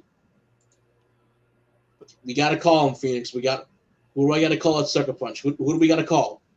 Who do we call? Ghostbusters? But like Ghost of Tsushima has like such a great... I had to. Ghost of Tsushima has like that perfect story for an anime. So I'm definitely a Sekiro fan, so I'm very happy. I just gotta say that frame. I know that frame is it's like such a generic shot, but god damn, do I want it on my wall? Yep. So I'm excited. This is where his arm where you have all the different tools we get to use. So obviously we'll see the fan, the axe, the firecracker. So I'm excited. This is him fighting Genichiro for the first time because he doesn't have the tool arms quite yet. So it does look like we're getting both the original Japanese and English cast back. So great. So I'm a little excited for that. Although once again, there's still no Bloodborne because Sony likes to sit on fucking Bloodborne. But if it's successful, hopefully, do something small with Bloodborne. Like, do a small Bloodborne short with the Old Hunt. People would go crazy. And I think this is why a lot of people were pissed at Nintendo. Because, like, you got, like, a FromSoft. It's like, oh, they're doing not Bloodborne on the Switch too. And it's a fucking battle royale. Nobody asked for that shit. No. Do you fucking realize how much Nintendo would clean up if they got FromSoft to do it? Instantly. I would buy a Switch 2 instantly. But I don't want to buy because people would understand they can't do Bloodborne because of Sony. But it's like it's basically Bloodborne and all but name on the Switch 2. Like, do you realize how much that would print money? And how much Sony would be saying, you're copyrighting infringing me. And then it would make Sony to realize, I guess people want Bloodborne? How many times do we have to teach you this lesson, old man? So, man, I love the young people. like the reason why I'm pissed off at that announcement was like, it's got the style, it's got the look to it. How is this not Bloodborne 2? Oh, it's not because they can't. They could have called it a different title. I mean, how the closest Sony would be like, is that Bloodborne? The closest we're getting to not Bloodborne is that new monster game from the original Witcher devs. Like, do you remember how like the original Witcher devs? They left the company to form their own studio, and now they're making a new game, and it looks really freaking cool. Pull that up. You know the title of it by any chance?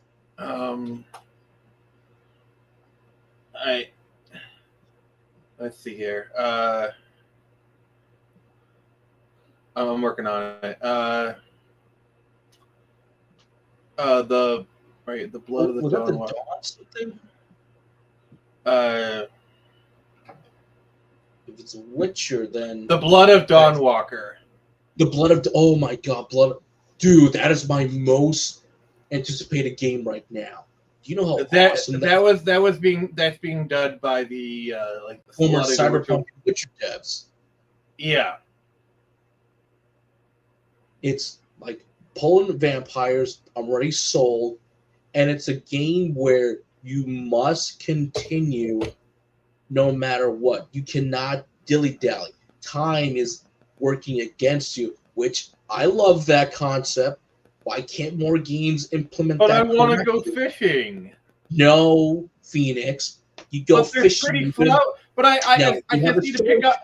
I need to pick up 6 more flowers to go. And I'm holding Screecher hostage until you get it made. So let's go. Let's go, Screecher boy. Let's go. Joker, I'm gonna make you assume the position if you don't let her go. Then finish the mission. You got 3 days left. I'm gonna keep picking flowers, and I'm gonna send Fisto over to your house. How about that? Is that the axe? Is that Phoenix? Is that a hacksaw? Do I have to go art the Terrifier clown on Screecher right now? Is that a hacksaw I see? Please assume the position. Yep, I'm getting the hacksaw, so don't tell me I didn't. I warned you. I warned you, man. Oh and then Fisto bends you over and has his way with you. Trust me, you're not gonna be wanting to sit down after he's done with you. Now comes the part where we throw our heads back and laugh. Ready? Ready! Oh God, I love that. But all joking aside, I love getting better with placement. They're vampires. You're not a full vampire. You're something in between. And I gotta really wonder how many fucked up decisions are gonna be in that game, where you go, oh fuck. Yeah, whether it was an actual right choice or was it more morally gray. Yeah, fair enough. So it's gonna be interesting when that game comes out, and now everyone's gonna complain about it. But it's like, this is what they told you. This is what they designed it to be. Speaking of games, this came out. Yeah, that's the one I said he was gonna laugh at. See, there was a tweet that made me. There was a tweet that made me very sad. Busby and Gex are getting more attention than Crash and Spyro. Yes, don't. I agree. Oh, that's true. I wholeheartedly Crash, agree. Spyro, Fly, you name it. But I'm glad. But also the silver lining is I'm glad that the classic platforms outside of those are getting the proper restoration and everything. So there is a silver lining to it. Yeah. But I share Phoenix's sympathies. I would have loved that Crash Bandicoot 5 based on what we saw and everything. It would have been a great game, like a good follow-up to Crash 4. Sly 5. And then, yes, Sly 5. New Spyro game, please. Somebody, please. I mean, to be fair, there has been rumors that another Sony studio is going to be doing a Jak and Daxter reboot. Have you heard that?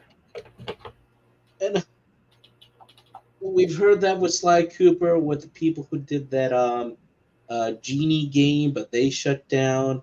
And then when Sucker Punch announced before Ghost of Yotai was even announced, they made that little statement.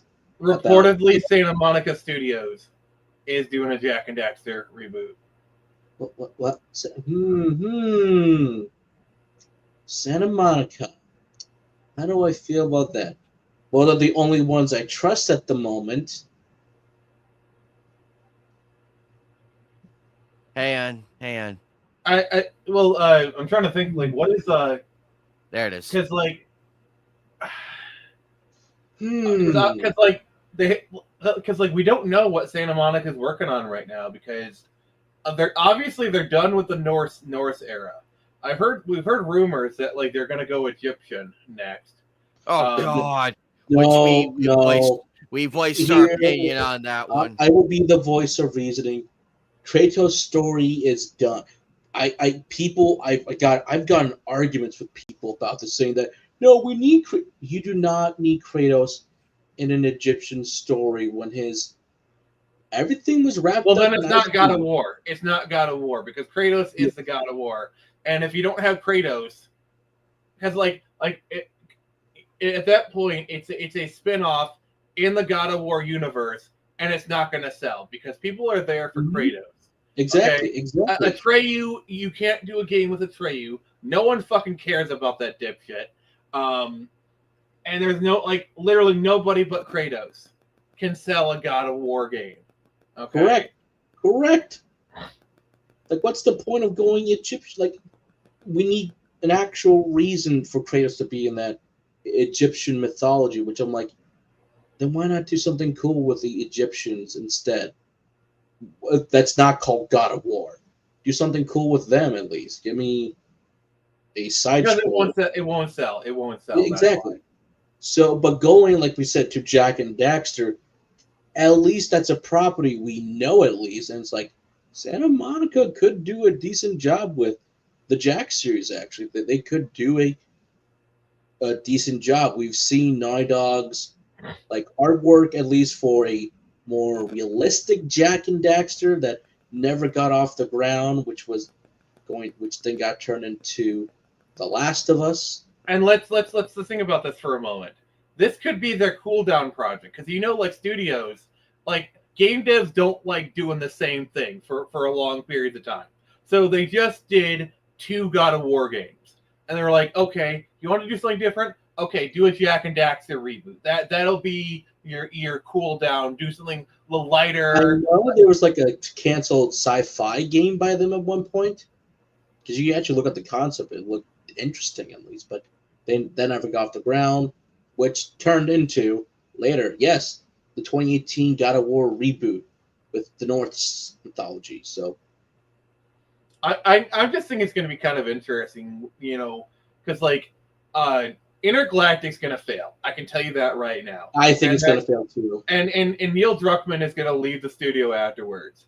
And so Naughty Dog is basically going to be like, all right, we need to regain our past glory. So probably what they're going to do is an Uncharted 1 through 3 remaster, like a full remaster. That's what studios do. When they fail, they revisit their classics. Now, Jack and Daxter could be it, or hear me out here.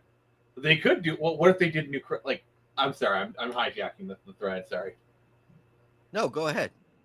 Go ahead. What if they did a new Crash game? Because this is something that Naughty Dog should be doing.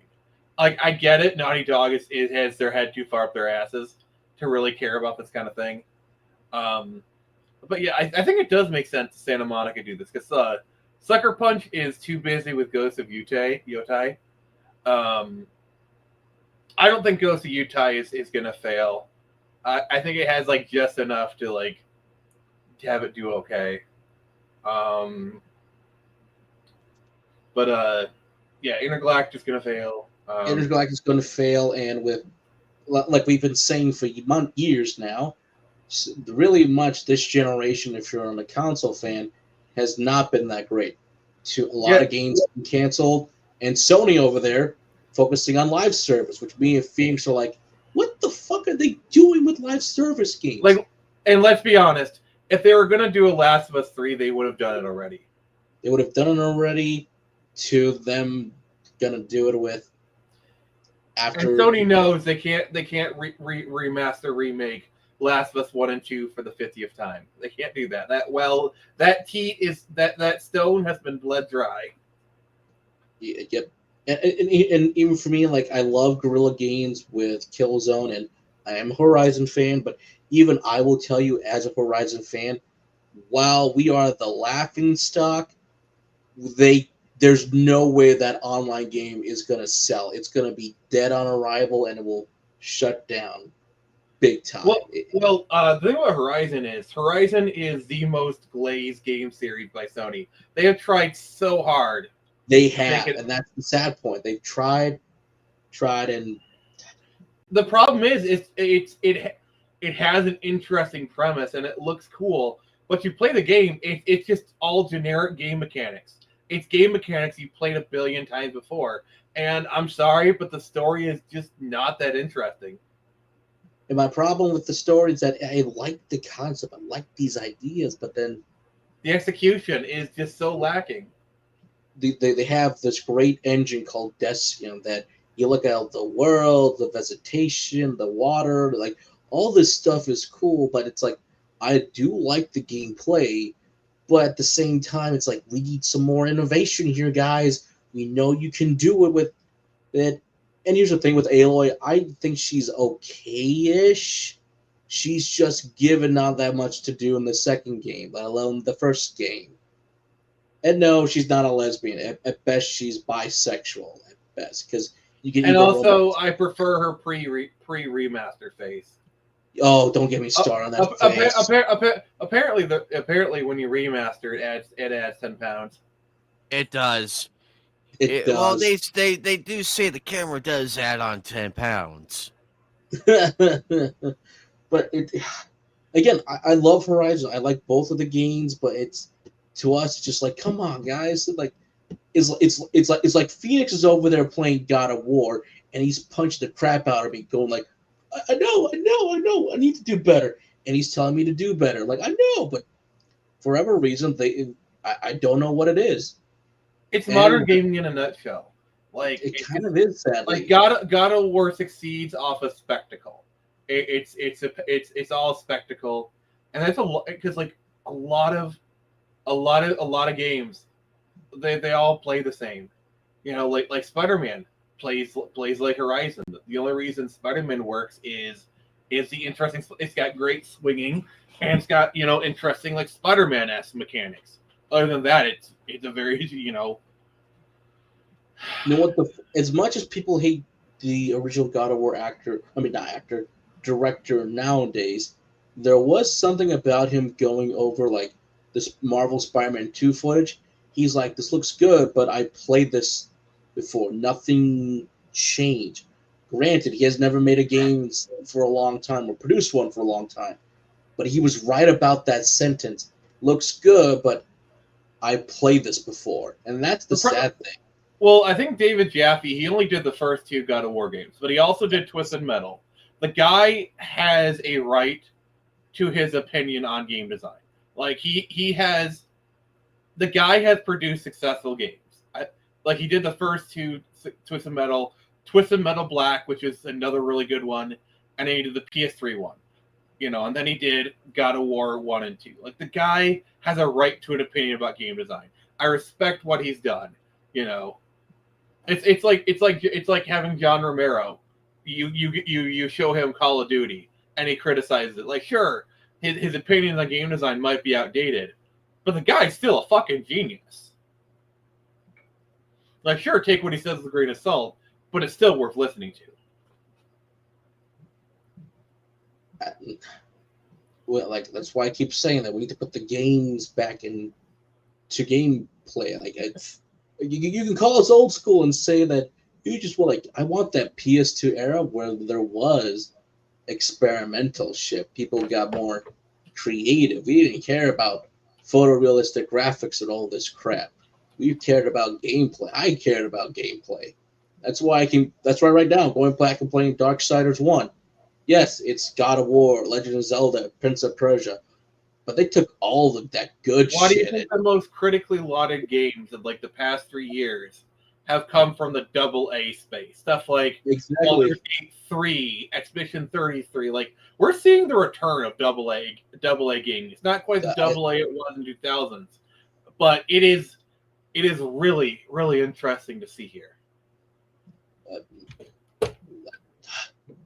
That's why some of the indies I follow right now, are capturing my attention, like this more kind of like someone said, oh, my game is inspired by Kingdom Hearts. So I'm like, oh, I can tell a little bit. And he's got all the right good shit that I want to see. I'm like, yes, hopefully successful. The problem that I have with some indie games is they look really, really, really, really beautiful, but they have the same generic gameplay as all these. Like, oh, we got this this Metroidvania, and it looks really gorgeous. Like I remember one. It's like, hi, I'm making this this game, and it's made out of real crochet needlepoint.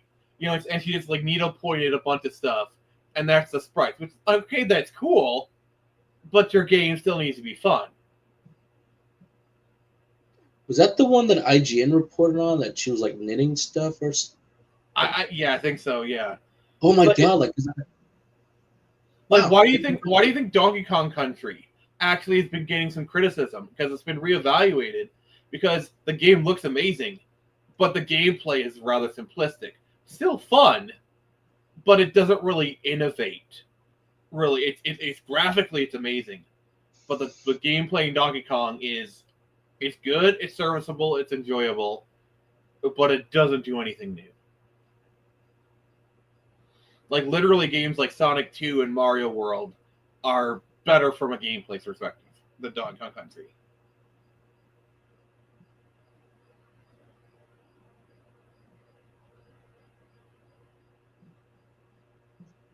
It wasn't that good of a take, guys. It wasn't that good. No, you're correct. You're correct on the matter. It's that weird thing because, again, a lot of the indies you see, they look pretty, they look cool, but it's like, okay, but then you try to play it and it's like, hello, it's not really doing anything new. And sometimes that can be fine. Like, I've seen different movies, games that look very good and pretty, but it's like, it's fine for what it is, and then I just move on and be like, oh, I remember that game. Cool.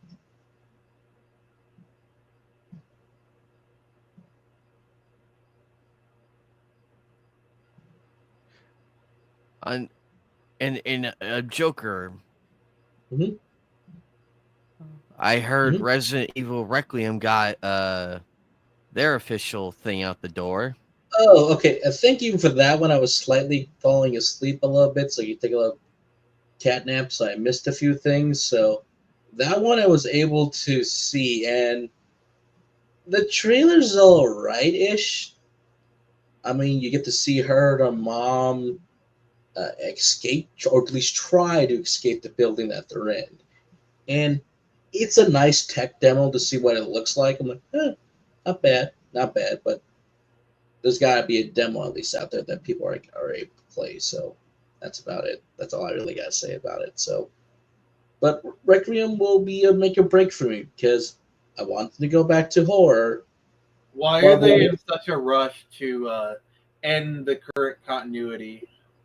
I don't know what it is, actually. I don't know what it is. Is it one of those things where like modern writers hate pre-established canon, and so they just want to burn it to the ground and start fresh? Well, no, that's a good question, actually. But at least this one they're trying to end Leon, or at least this is the final story with Leon. It's not. Leon is the main character of Resident Evil. He is the main character.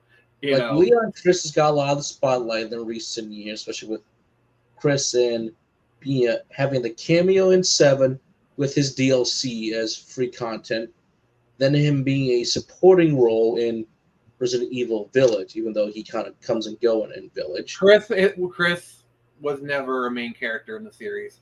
Like, I get he was part of the first one, but like ever since Resident Evil 2, Leon has always been the most popular character.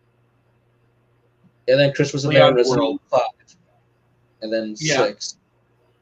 But Leon's been the main focus. Like he's got a lot with the CGI movies, Resident Evil Infinite Darkness that's on. Resident Evil 4, being probably big solo being adventure, one of the most popular games. Which I still call the most overhyped and overrated of the Resident Evil games. Oops. Huh? Yeah. Hey, I like Resident Evil 4 as much as the next guy, but do I think it's all that great? To each their own.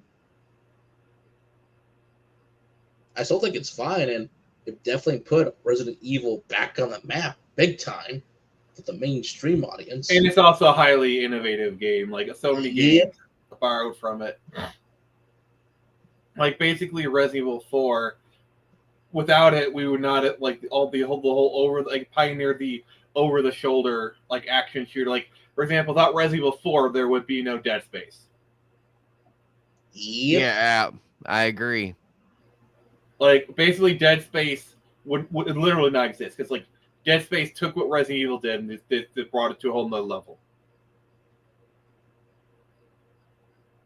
Yep, I know I love me my Dead Space, and I'll never get my Dead Space 2 remake. Fuck you, EA. Fuck you. Because it's EA, of course. But yep, I still like Resident Evil 4, so I just think it's a little bit overhyped in a few places. But that's fair. Again, still a good game. Still good. But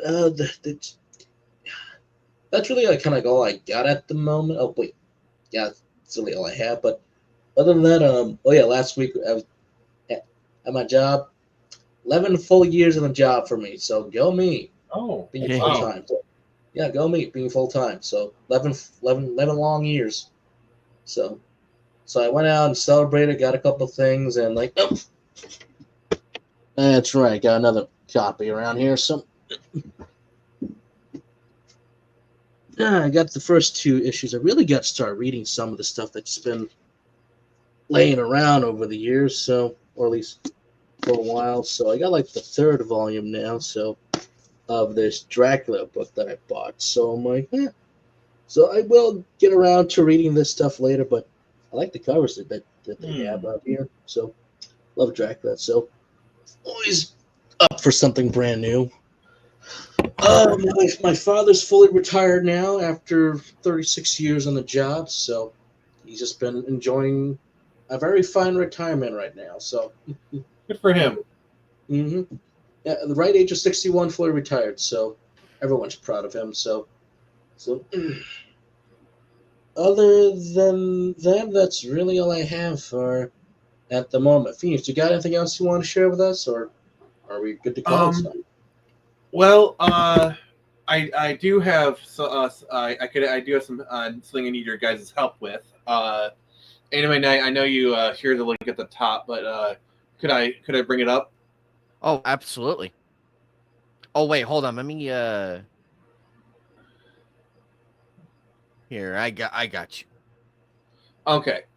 So the other day I was going to pick up my comics, and my car massively overheated, and I blew a head gasket and some other things, and yeah, it's pretty much toast. So if you guys could go to the GoFundMe and donate if you can, and if you can't, please share it. That also helps. I'm trying to get to at least $1,000, and I'll either get a car or I'll save up for one. Yeah, it's a big, massive kind of cramp in my style kind of thing. So whatever you guys can do, whether donating or sharing, I would really appreciate it. I got you, buddy. All right, thank you.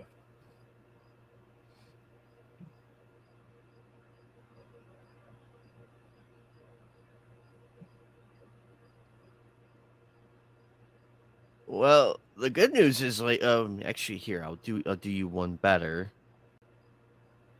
Here we go. There we go. So that way, this is what the page looks like, ladies and gentlemen. Yes. Ooh, 77%. Not bad. Not bad. Yeah. Every little donation helps. So if you guys want to help out, and even if you can't donate, sharing it still helps. Sharing is caring. Fine. Mm-hmm. $846. Wow, I bet you were all smiles when you saw that. You're like, yes, this is gonna work. Yeah, Because I could see. Oh, I could see in that. Wow. Oh, yeah, wow. yeah. Click on the video. Click on the video. Oh, Oof, not good. Yeah, that was like right after I gotten pulled up, like right after I pulled over onto the side. So yeah. See, at least I always had like battery problems with the old car until that one. I bought this thing in 2019, and I definitely got my money's worth out of it. So I'm not really. I liked it. Sad to see it go, but it's what it is. Yeah, basically, I got someone to look at it tomorrow. I'm hoping to get about $400 or $500 for parts, and then I can get $1,000. That's $1,500. I might be able to get a car for that much, but if I can't, I'm just gonna save up through the winter. And then I got 2 events coming up. I'm either gonna get a ride or I'll just like rent a car for the weekend or something. At least you have that. I got in a car crash, so mine's terrible. So Yeah. there you Yeah, go, not Phoenix. very There fun. you go, Phoenix. I made a post for you. I got you. Thank you, Anime. I do appreciate that. Hey, we do what we can. We do everything that we can to the best of our abilities. But is there something about is there something like with Andrew Garfield possibly returning for Spider-Man? Oh, apparently, I mean, there's like a million things. Like apparently, everyone is gonna be in Doomsday. Apparently, Anime Night's in Doomsday. You know, Apparently, Switch is in Doomsday. the only thing I can I had to confirm, suck a lot of things just to get into that movie. a lot of lollipops. The only thing that I can say for certain is Screecher will not be a part of Doomsday. But apparently, Anime Night and Joker will, because everyone's gonna be there. But like, no. But Well, I snuck on the set, so and they didn't. Oh, did you see that video of someone who actually did sneak on set? Okay, it's either legitimate or, but then again, you see all the trailers and everything, and it's like this could be legit. And again, you need to act like you belong. So, kids, don't be doing this. So, Oh, speaking of Doomsday, did you hear the report that apparently two A-list actors actually got into a fight on set, and now the film has to be restructured around like reshooting so they don't have to be in the same room together. well, I don't know which A-lister actors, but there was something about Nightcrawler's actor coming out saying that I don't know who I'm talking to, so it's all a bunch like stand-ins and CGI face swaps, and someone posted the Ian McKellen filming The Hobbit, an unexpected journey. Well, I think that's just standard Marvel secrecy for a lot of things. Like certain actors, they like, you know, Robert Downey Jr. Probably has a full script, you know, but like a lot, like someone like Alan Cummings, he hasn't been Nightcrawler in like 20 years, you know, and so like this is the first time he's in the Marvel stuff, so they don't necessarily trust him. So it might be standard secrecy. Like I heard a report that apparently Toby and Andrew are there, and it's their final performances as the characters. Which No. I need my Spider-Man 4 so we can get a proper conclusion. I don't need a Spider-Man. Like honestly, No Way Home was a good enough conclusion for Toby's character for me. Andrew Garfield has unfinished business. We need Spider-Man, the Amazing Spider-Man 3 for Andrew. Like for me, just hearing that Toby, like, yeah, me and MJ, we worked it out. You know, we have our happy ending. Like, okay, that's good enough, because like Spider-Man 3 kind of ended where like, yeah, they're kind of going that route anyway. So that's good enough for me. But like Andrew Garfield, oh my god, he needs a third movie so bad. He deserves better. I've been telling people he deserves better. He needs a proper story. Like again, that darn Amazing Spider-Man 1. It has taken me years to appreciate it, but I still like it. Honestly, I hate Amazing Spider-Man 2. Too many Hollywood interference. Like, here's my thing. I still like Toby, but I feel like Amazing Spider-Man is the better Spider-Man film. Because the thing about Amazing Spider-Man is they just take a lot of the Raimi stuff and repackage it. Like the fact that they use the Lizard as a villain is like that's Sony giving the finger to Sam Raimi right there, because the Lizard was supposed to be the villain for so long, and it's supposed to be the villain of Spider-Man 4. So to do that, I feel that's kind of a middle finger. But like, everything in that first movie just works, and I think some things even work better. Like the whole New York coming to support him, I think works a lot better because in the first one with Tobey Maguire, it just comes out of nowhere, and that just kind of like it's a 9/11 moment. But in the Andrew Garfield one, it's a no good deed goes unpunished, because like he saved that guy's kid, and then it just kind of came full then circle. he sees him on the news. It's like Spider-Man. It's like, all right, Yeah. Spider-Man needs our help, and I love that moment. I love that. That's a great moment. I felt like the film came to like, yes, this is what our heroes stand for. Also, he's like, if you don't help him out, no bonuses. I'm like, ha! Yeah, and like the score is great. You got the James Horner, man, the late James Horner. God, he can make a score. Like I gotta say, like that moment kind of tears me up a little bit. Yeah. Joker. And I did like how the ending for that film, for his final swing. Yep, the crew are still helping him out. So I like that little moment. I like that. It adds to the score, adds to the moment. So. I just think they really undermined like the whole like stay away from Gwen thing. The fact that they undermined it in that first movie, like I think that would have been like great fodder for the sequel. You know, where like I do love how like Gwen says, "Your dad told me to stay away from you, didn't he?" Like, because Gwen's smart enough, he would figure that out, you know. But like I think the whole like he's still trying to stay away from her, and like they come back together only for her to die, I think would make for a more powerful kind of thing. If that was in movie 3, at least. I know that's my big complaint with my biggest gripe with. I would have been fine if it was just like Electro and a couple other people, but they had to do it. They had to add a new Green Goblin. They had to. Honestly, I don't know. I think Green Goblin would have been the third movie. Like, have the second movie be like have Harry there. You want to set up the Goblin, fine, but like the post credit scene is all right. I'm the Goblin now, kind of stuff.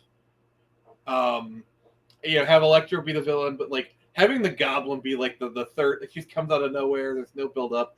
I think having him be the villain for the third movie would have worked so much better. That's what I agree with you. If Harry was the new Green Goblin for movie 3, and then you did the death of Gwen Stacy in the third movie, I actually would be much more happier, because I had like what I would have done is like a fine, I'll do it myself kind of moment. Yes, and then we get the proper Venom arc. If anybody who needs the Venom suit, the black suit, it's Andrew. It's not Tom. No, God, no. No. It's Andrew. If I can be Andrew honest, needs the suit. Honestly, the Venom suit would be a perfect Amazing Spider-Man 4 after the Gwen suit. Like honestly, when in No Way Home, when he said, "I stopped pulling my punches," that's Venom. Yeah, like and also, honestly, I don't care what Sony says. The Sony Spider-Man verse is the amazing verse. Like, it would like imagine if Venom would have revealed that like, he had been bonded to Andrew first. Like, imagine in Venom 2, where like he reveals that, and they go to New York and they meet Andrew Spider-Man. I know they keep saying that while we're in a Spider-Man universe, they're being very cheeky of that. Well, that's because of their deal with Marvel. It's a deal with Marvel. It's with Marvel because they don't want to reveal it quite yet. That the credits for Spider-Man Venom 2 was them being the multiverse, and then Venom going, "Ooh, he looks tasty." It's like, and then it's like, I don't think you're not gonna do it because they couldn't for obvious reasons. Venom then- was in Venom. Tom Hardy's Venom was in the MCU literally for for 5 a little minutes. bit, like 5 seconds, 5 minutes. Yeah. And then you see the little thing kind of squander off. I'm like, go away, go away. No. If you're gonna do a Venom for Tom, let it be the meteor again. I don't care. I don't want this little thing to be Well, they're Okay. doing Secret Wars. They're doing Secret Wars, and that's where he got the Venom the suit. black So, suit, and that's how we got it in the comic books. So I'm like, okay. I mean, I'm pretty sure he's going to get the black suit. I don't like because you got to realize a lot of the Venom lore was done over time. Like most of the heavy lifting of the Venom story is from Spider-Man the Animated Series. Because if you go back and look at Secret Wars, the goo was just a suit. Like basically, like, oh, my suit's damaged. All right, oh hey, go over here, and then just spits them on him. And then later on, they added in a lot of this stuff. So it wasn't fully formed at creation. But I would not be surprised if they gave him the black suit for this. For Secret Wars. And then it's like in Morbius, you see Vulture and everything. That was And so then- stupid. I know it was stupid. It was only in like for a few minutes, and it's so stupid. And then their post-credits scene was like, I think Spider-Man had something to do with this, and it's like, oh great, Sinister Six, and we never got it. Thank God. Yeah, Sony's very obsessed with trying to get the Sinister Six going. They think it's like their Avengers movie. But their problem is they have the problem is they have their villains in different films, and it's like villains Get it in different together. films who all have at least a couple of them have 3 different Spider-Mans, and yet they're not telling us which Spider-Man universe is this. I have a feeling we're in Andrew's version because I think he in my opinion, he's the one that makes the most sense to have the Sinister Six. I will say this though. So one thing that made me mad is in Spider-Man: Homecoming, in the post-credit scene, they teased the Scorpion, and they had the perfect actor for Scorpion. These guys did Boss and Far Cry The 3. funny thing is, he might actually be in the 4th movie. Yeah, that's what I was leading up to. Is he might be like, okay, if you're finally going to bring him in as Scorpion, okay, that is cool because he was the perfect actor for. He was for, like, perfect. Spot and he had like I a could minute of see it. screen time, and he fucking owned it. And it's Voss from Far Cry. Hello, give Did I me ever in the tell you the scene. definition? Like I swear, I really, if Scorpion says, did anyone ever tell you the definition? If they bust that out, oh my god, I will scream in the theater. I don't care if I get kicked out. I would literally cosplay Voss, walk into the theater and be like, "Did I ever tell you the definition of insanity?" And the thing is, I would not be surprised if they actually put that in there, or maybe he like improvs it on the set, and like the people who are making the movie don't know what the fuck he's talking about. You know, like you have that one, like you have the 25-year-old intern who knows what it is, but he shuts the fuck up because like if he knows he mentioned it, they won't do it, but they leave it in, and it goes in the movie, and they're surprised like oh, he was referencing his old game. I didn't realize that. Do you know how crazy that would be? If like that would be so insane. I just love that actor. He's such Wonderful a actor. He loves the fans, and he commands your attention on screen. that's why he's a great villain. I love him as villains, and Mm-hmm. he also did it like in French Canadian as well. Like literally, he did it twice, both for English and French Canadian. I'm like, dude, he's got. It'd be interesting. I think he would make a great Victor Zsasz. Oh God, yes, yes. You make a great Zsasz for what? I can see it. You know, it'd be really funny though. I could totally see him as Cletus Cassidy. My pick for Cletus was One of the Boltons from Game of Thrones, I believe, was Ramsay Bolton. I wanted his actor, because he was very, very good at the. I think he would have done it right if he had a good screenplay at least. But the second choice would have been like, get the guy who played Voss. Because I think he would have made a great choice. He's a good actor, but the problem with like the Ramsay Snow guy is he's not like bombastic, in your face, like craziness kind of thing. He's more of like the subtle, kind of like it's in the eyes kind of thing. Like that scene where it's like he's doing the sausage and he like wags it like, it's like, no, Polish sausage. Yeah. He's more like, down tune kind of crazy, but like the animated like Disney cartoon kind of thing. Voss is great at that.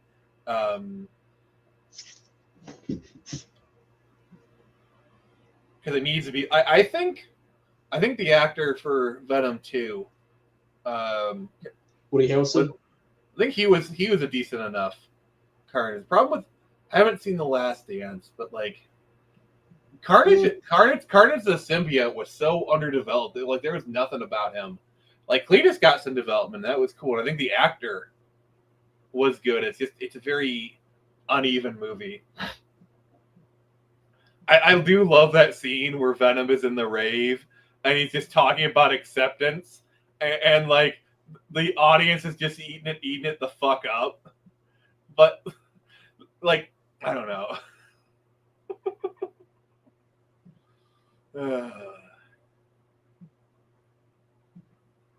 Is The Last Dance worth watching? I don't necessarily hate the movie, but at this point, I knew I was like, I'm not gonna get a proper I'm not going to say thing is, Null is a really he is a Galactus level character in the MCU. Okay, if you're expecting Null to be in the film completely, you're gonna be disappointed. Yeah, that kind of pissed me off because like Null is on the same level as like Thanos, Galactus, Ego, like those. I will tell you who voices him: the great Andy Serkis. So they I thought Norman Reedus was playing Null. Nope, that got community noted instantly, but it's the great Andy Serkis. Okay, that's good. As Null. All right. And Sony stopped making. Speaking of Andy Serkis, did you hear the announcement that Frodo will appear in The Hunt for Gollum? Don't. Why is this film even being made? Because Rings of Power didn't make enough money, and they need to go back to the token wealth or something. Because the Jackson films are the only thing that have actually been successful in like the past 20 years, or actually a Tolkien in general. Does even a Hunt for Gollum movie even make sense? No. No, but it'll potentially make money, which is all they care about. The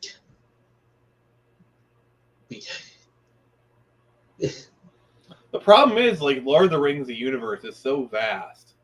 But, like, I think Rings of Power really soiled a lot of showrunners about doing anything.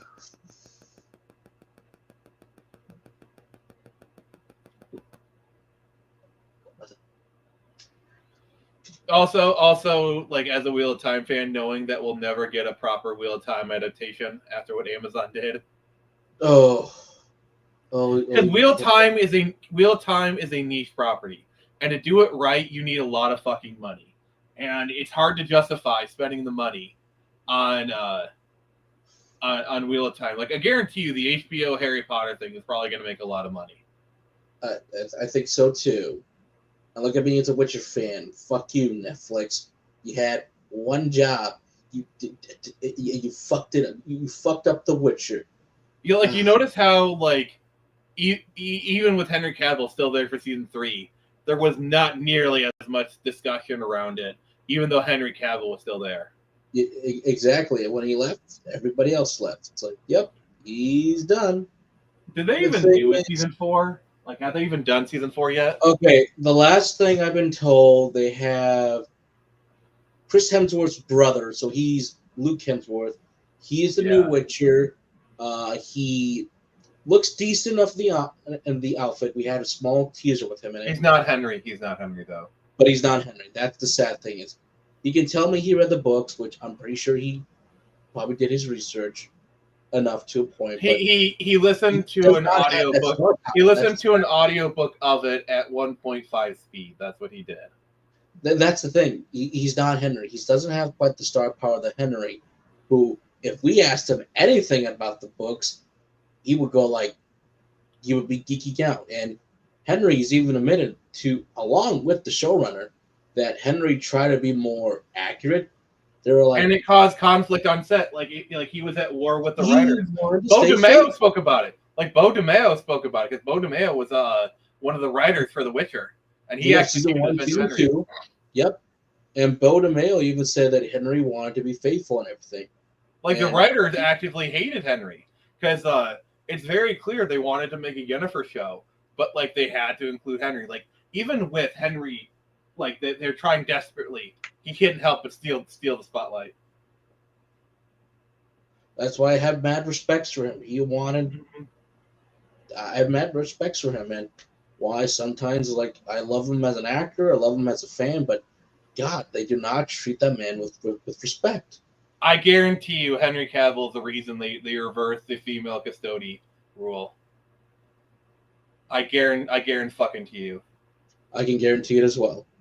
Because Custody is his favorite faction, so there's that. And also, he was a producer on the Warhammer thing. And I guarantee you there is some friction behind the best spot to be in for him.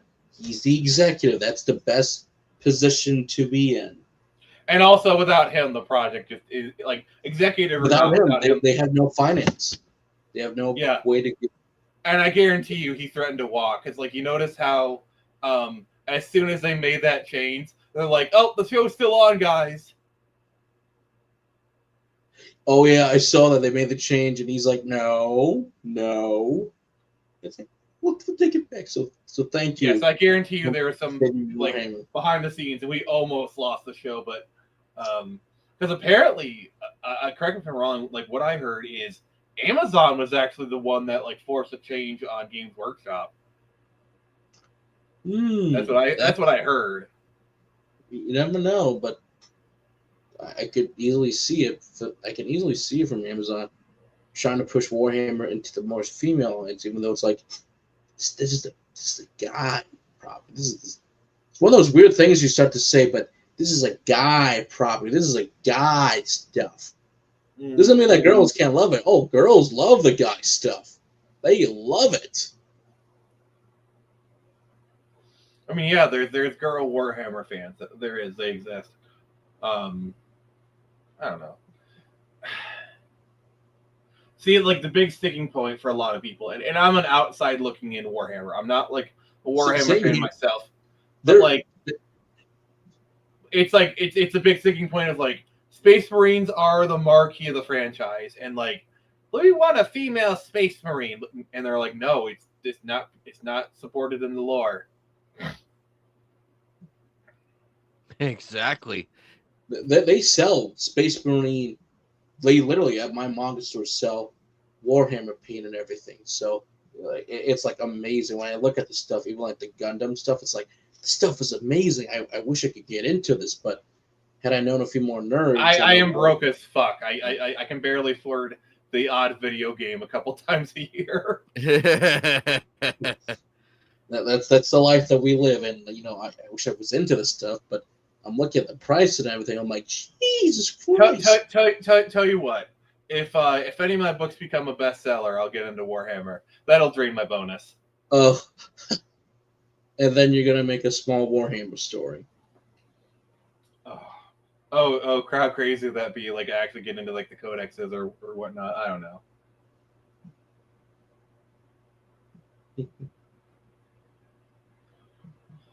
Well, that's all we got for tonight. And Anime Night, we're still on for Thursday with Dot Hack Sign.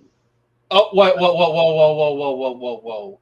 Whoa, whoa, whoa, whoa, whoa, whoa, whoa, whoa. Are you reviewing Dot Hack Sign? We are watch partying it. So we're gonna watch 3 episodes every Thursday night. Dot Hack Sign is like my favorite thing ever. I literally have the entire series on my shelf over there. Jasmine won't be able to attend, so next Thursday. Next Thursday. Okay. So Yep. I good, told guess- Jasmine's like, I am so sorry you have to delay it again. I'm like, Jasmine, it's not a Nope, watch nope, party that's fine, Jasmine. If you have an open spot, I would love to attend. You're more than welcome Welcome. to watch the watch party, because at the end of every watch party, we have a major long discussion. discussion of the episodes, like what do we like about stuff, and like. All right, we'll talk after the stream. We'll talk about it after the stream. Okay. All right. So All right, guys, we are out of here. This has been a good one. Thank you to all 50 of you on Twitter, and we really good numbers. We kicked Yeah, we're moving up. Yeah, we actually, I think when we kicked it over 100 last time, but hey, I'm happy either way because we're getting it out there, and also Phoenix. It looks like some of our friends have caught on to the posts that I made about your thing, so word is starting to travel nicely. So fingers crossed, man. We got to get you there, man. We got to get you there. Yeah. But I wish you luck on that, man, because that sucked. Based on that video that we just watched, Like, my heart, I would be pissed. I'm if like, you were nah, fuck away. a new mechanic that you could go to right away and be like, can you fix this? Like, I mean, honestly, there's a lot of shoulda, woulda, couldas, but you know, it is what it is. Oh, and one last sort of golden nugget. The Black Ops 7 trailer got a negative 156K dislikes. So point, out the door. at this point, I'm not that interested in the Call of Duty franchise.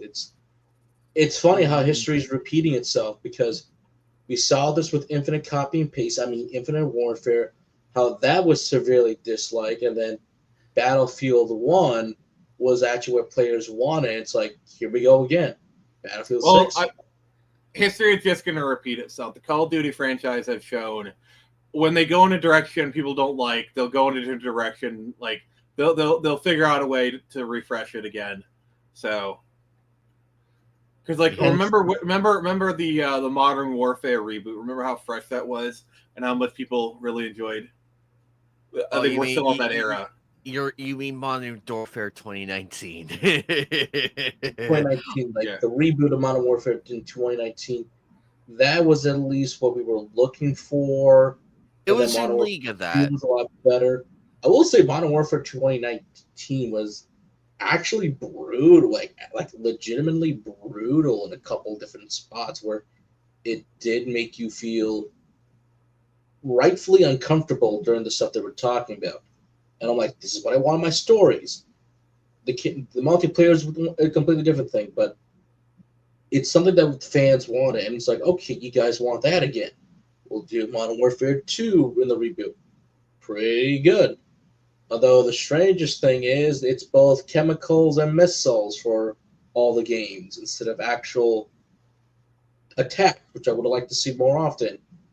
And then we don't talk about the shitty third reboot game. Like, what the hell were?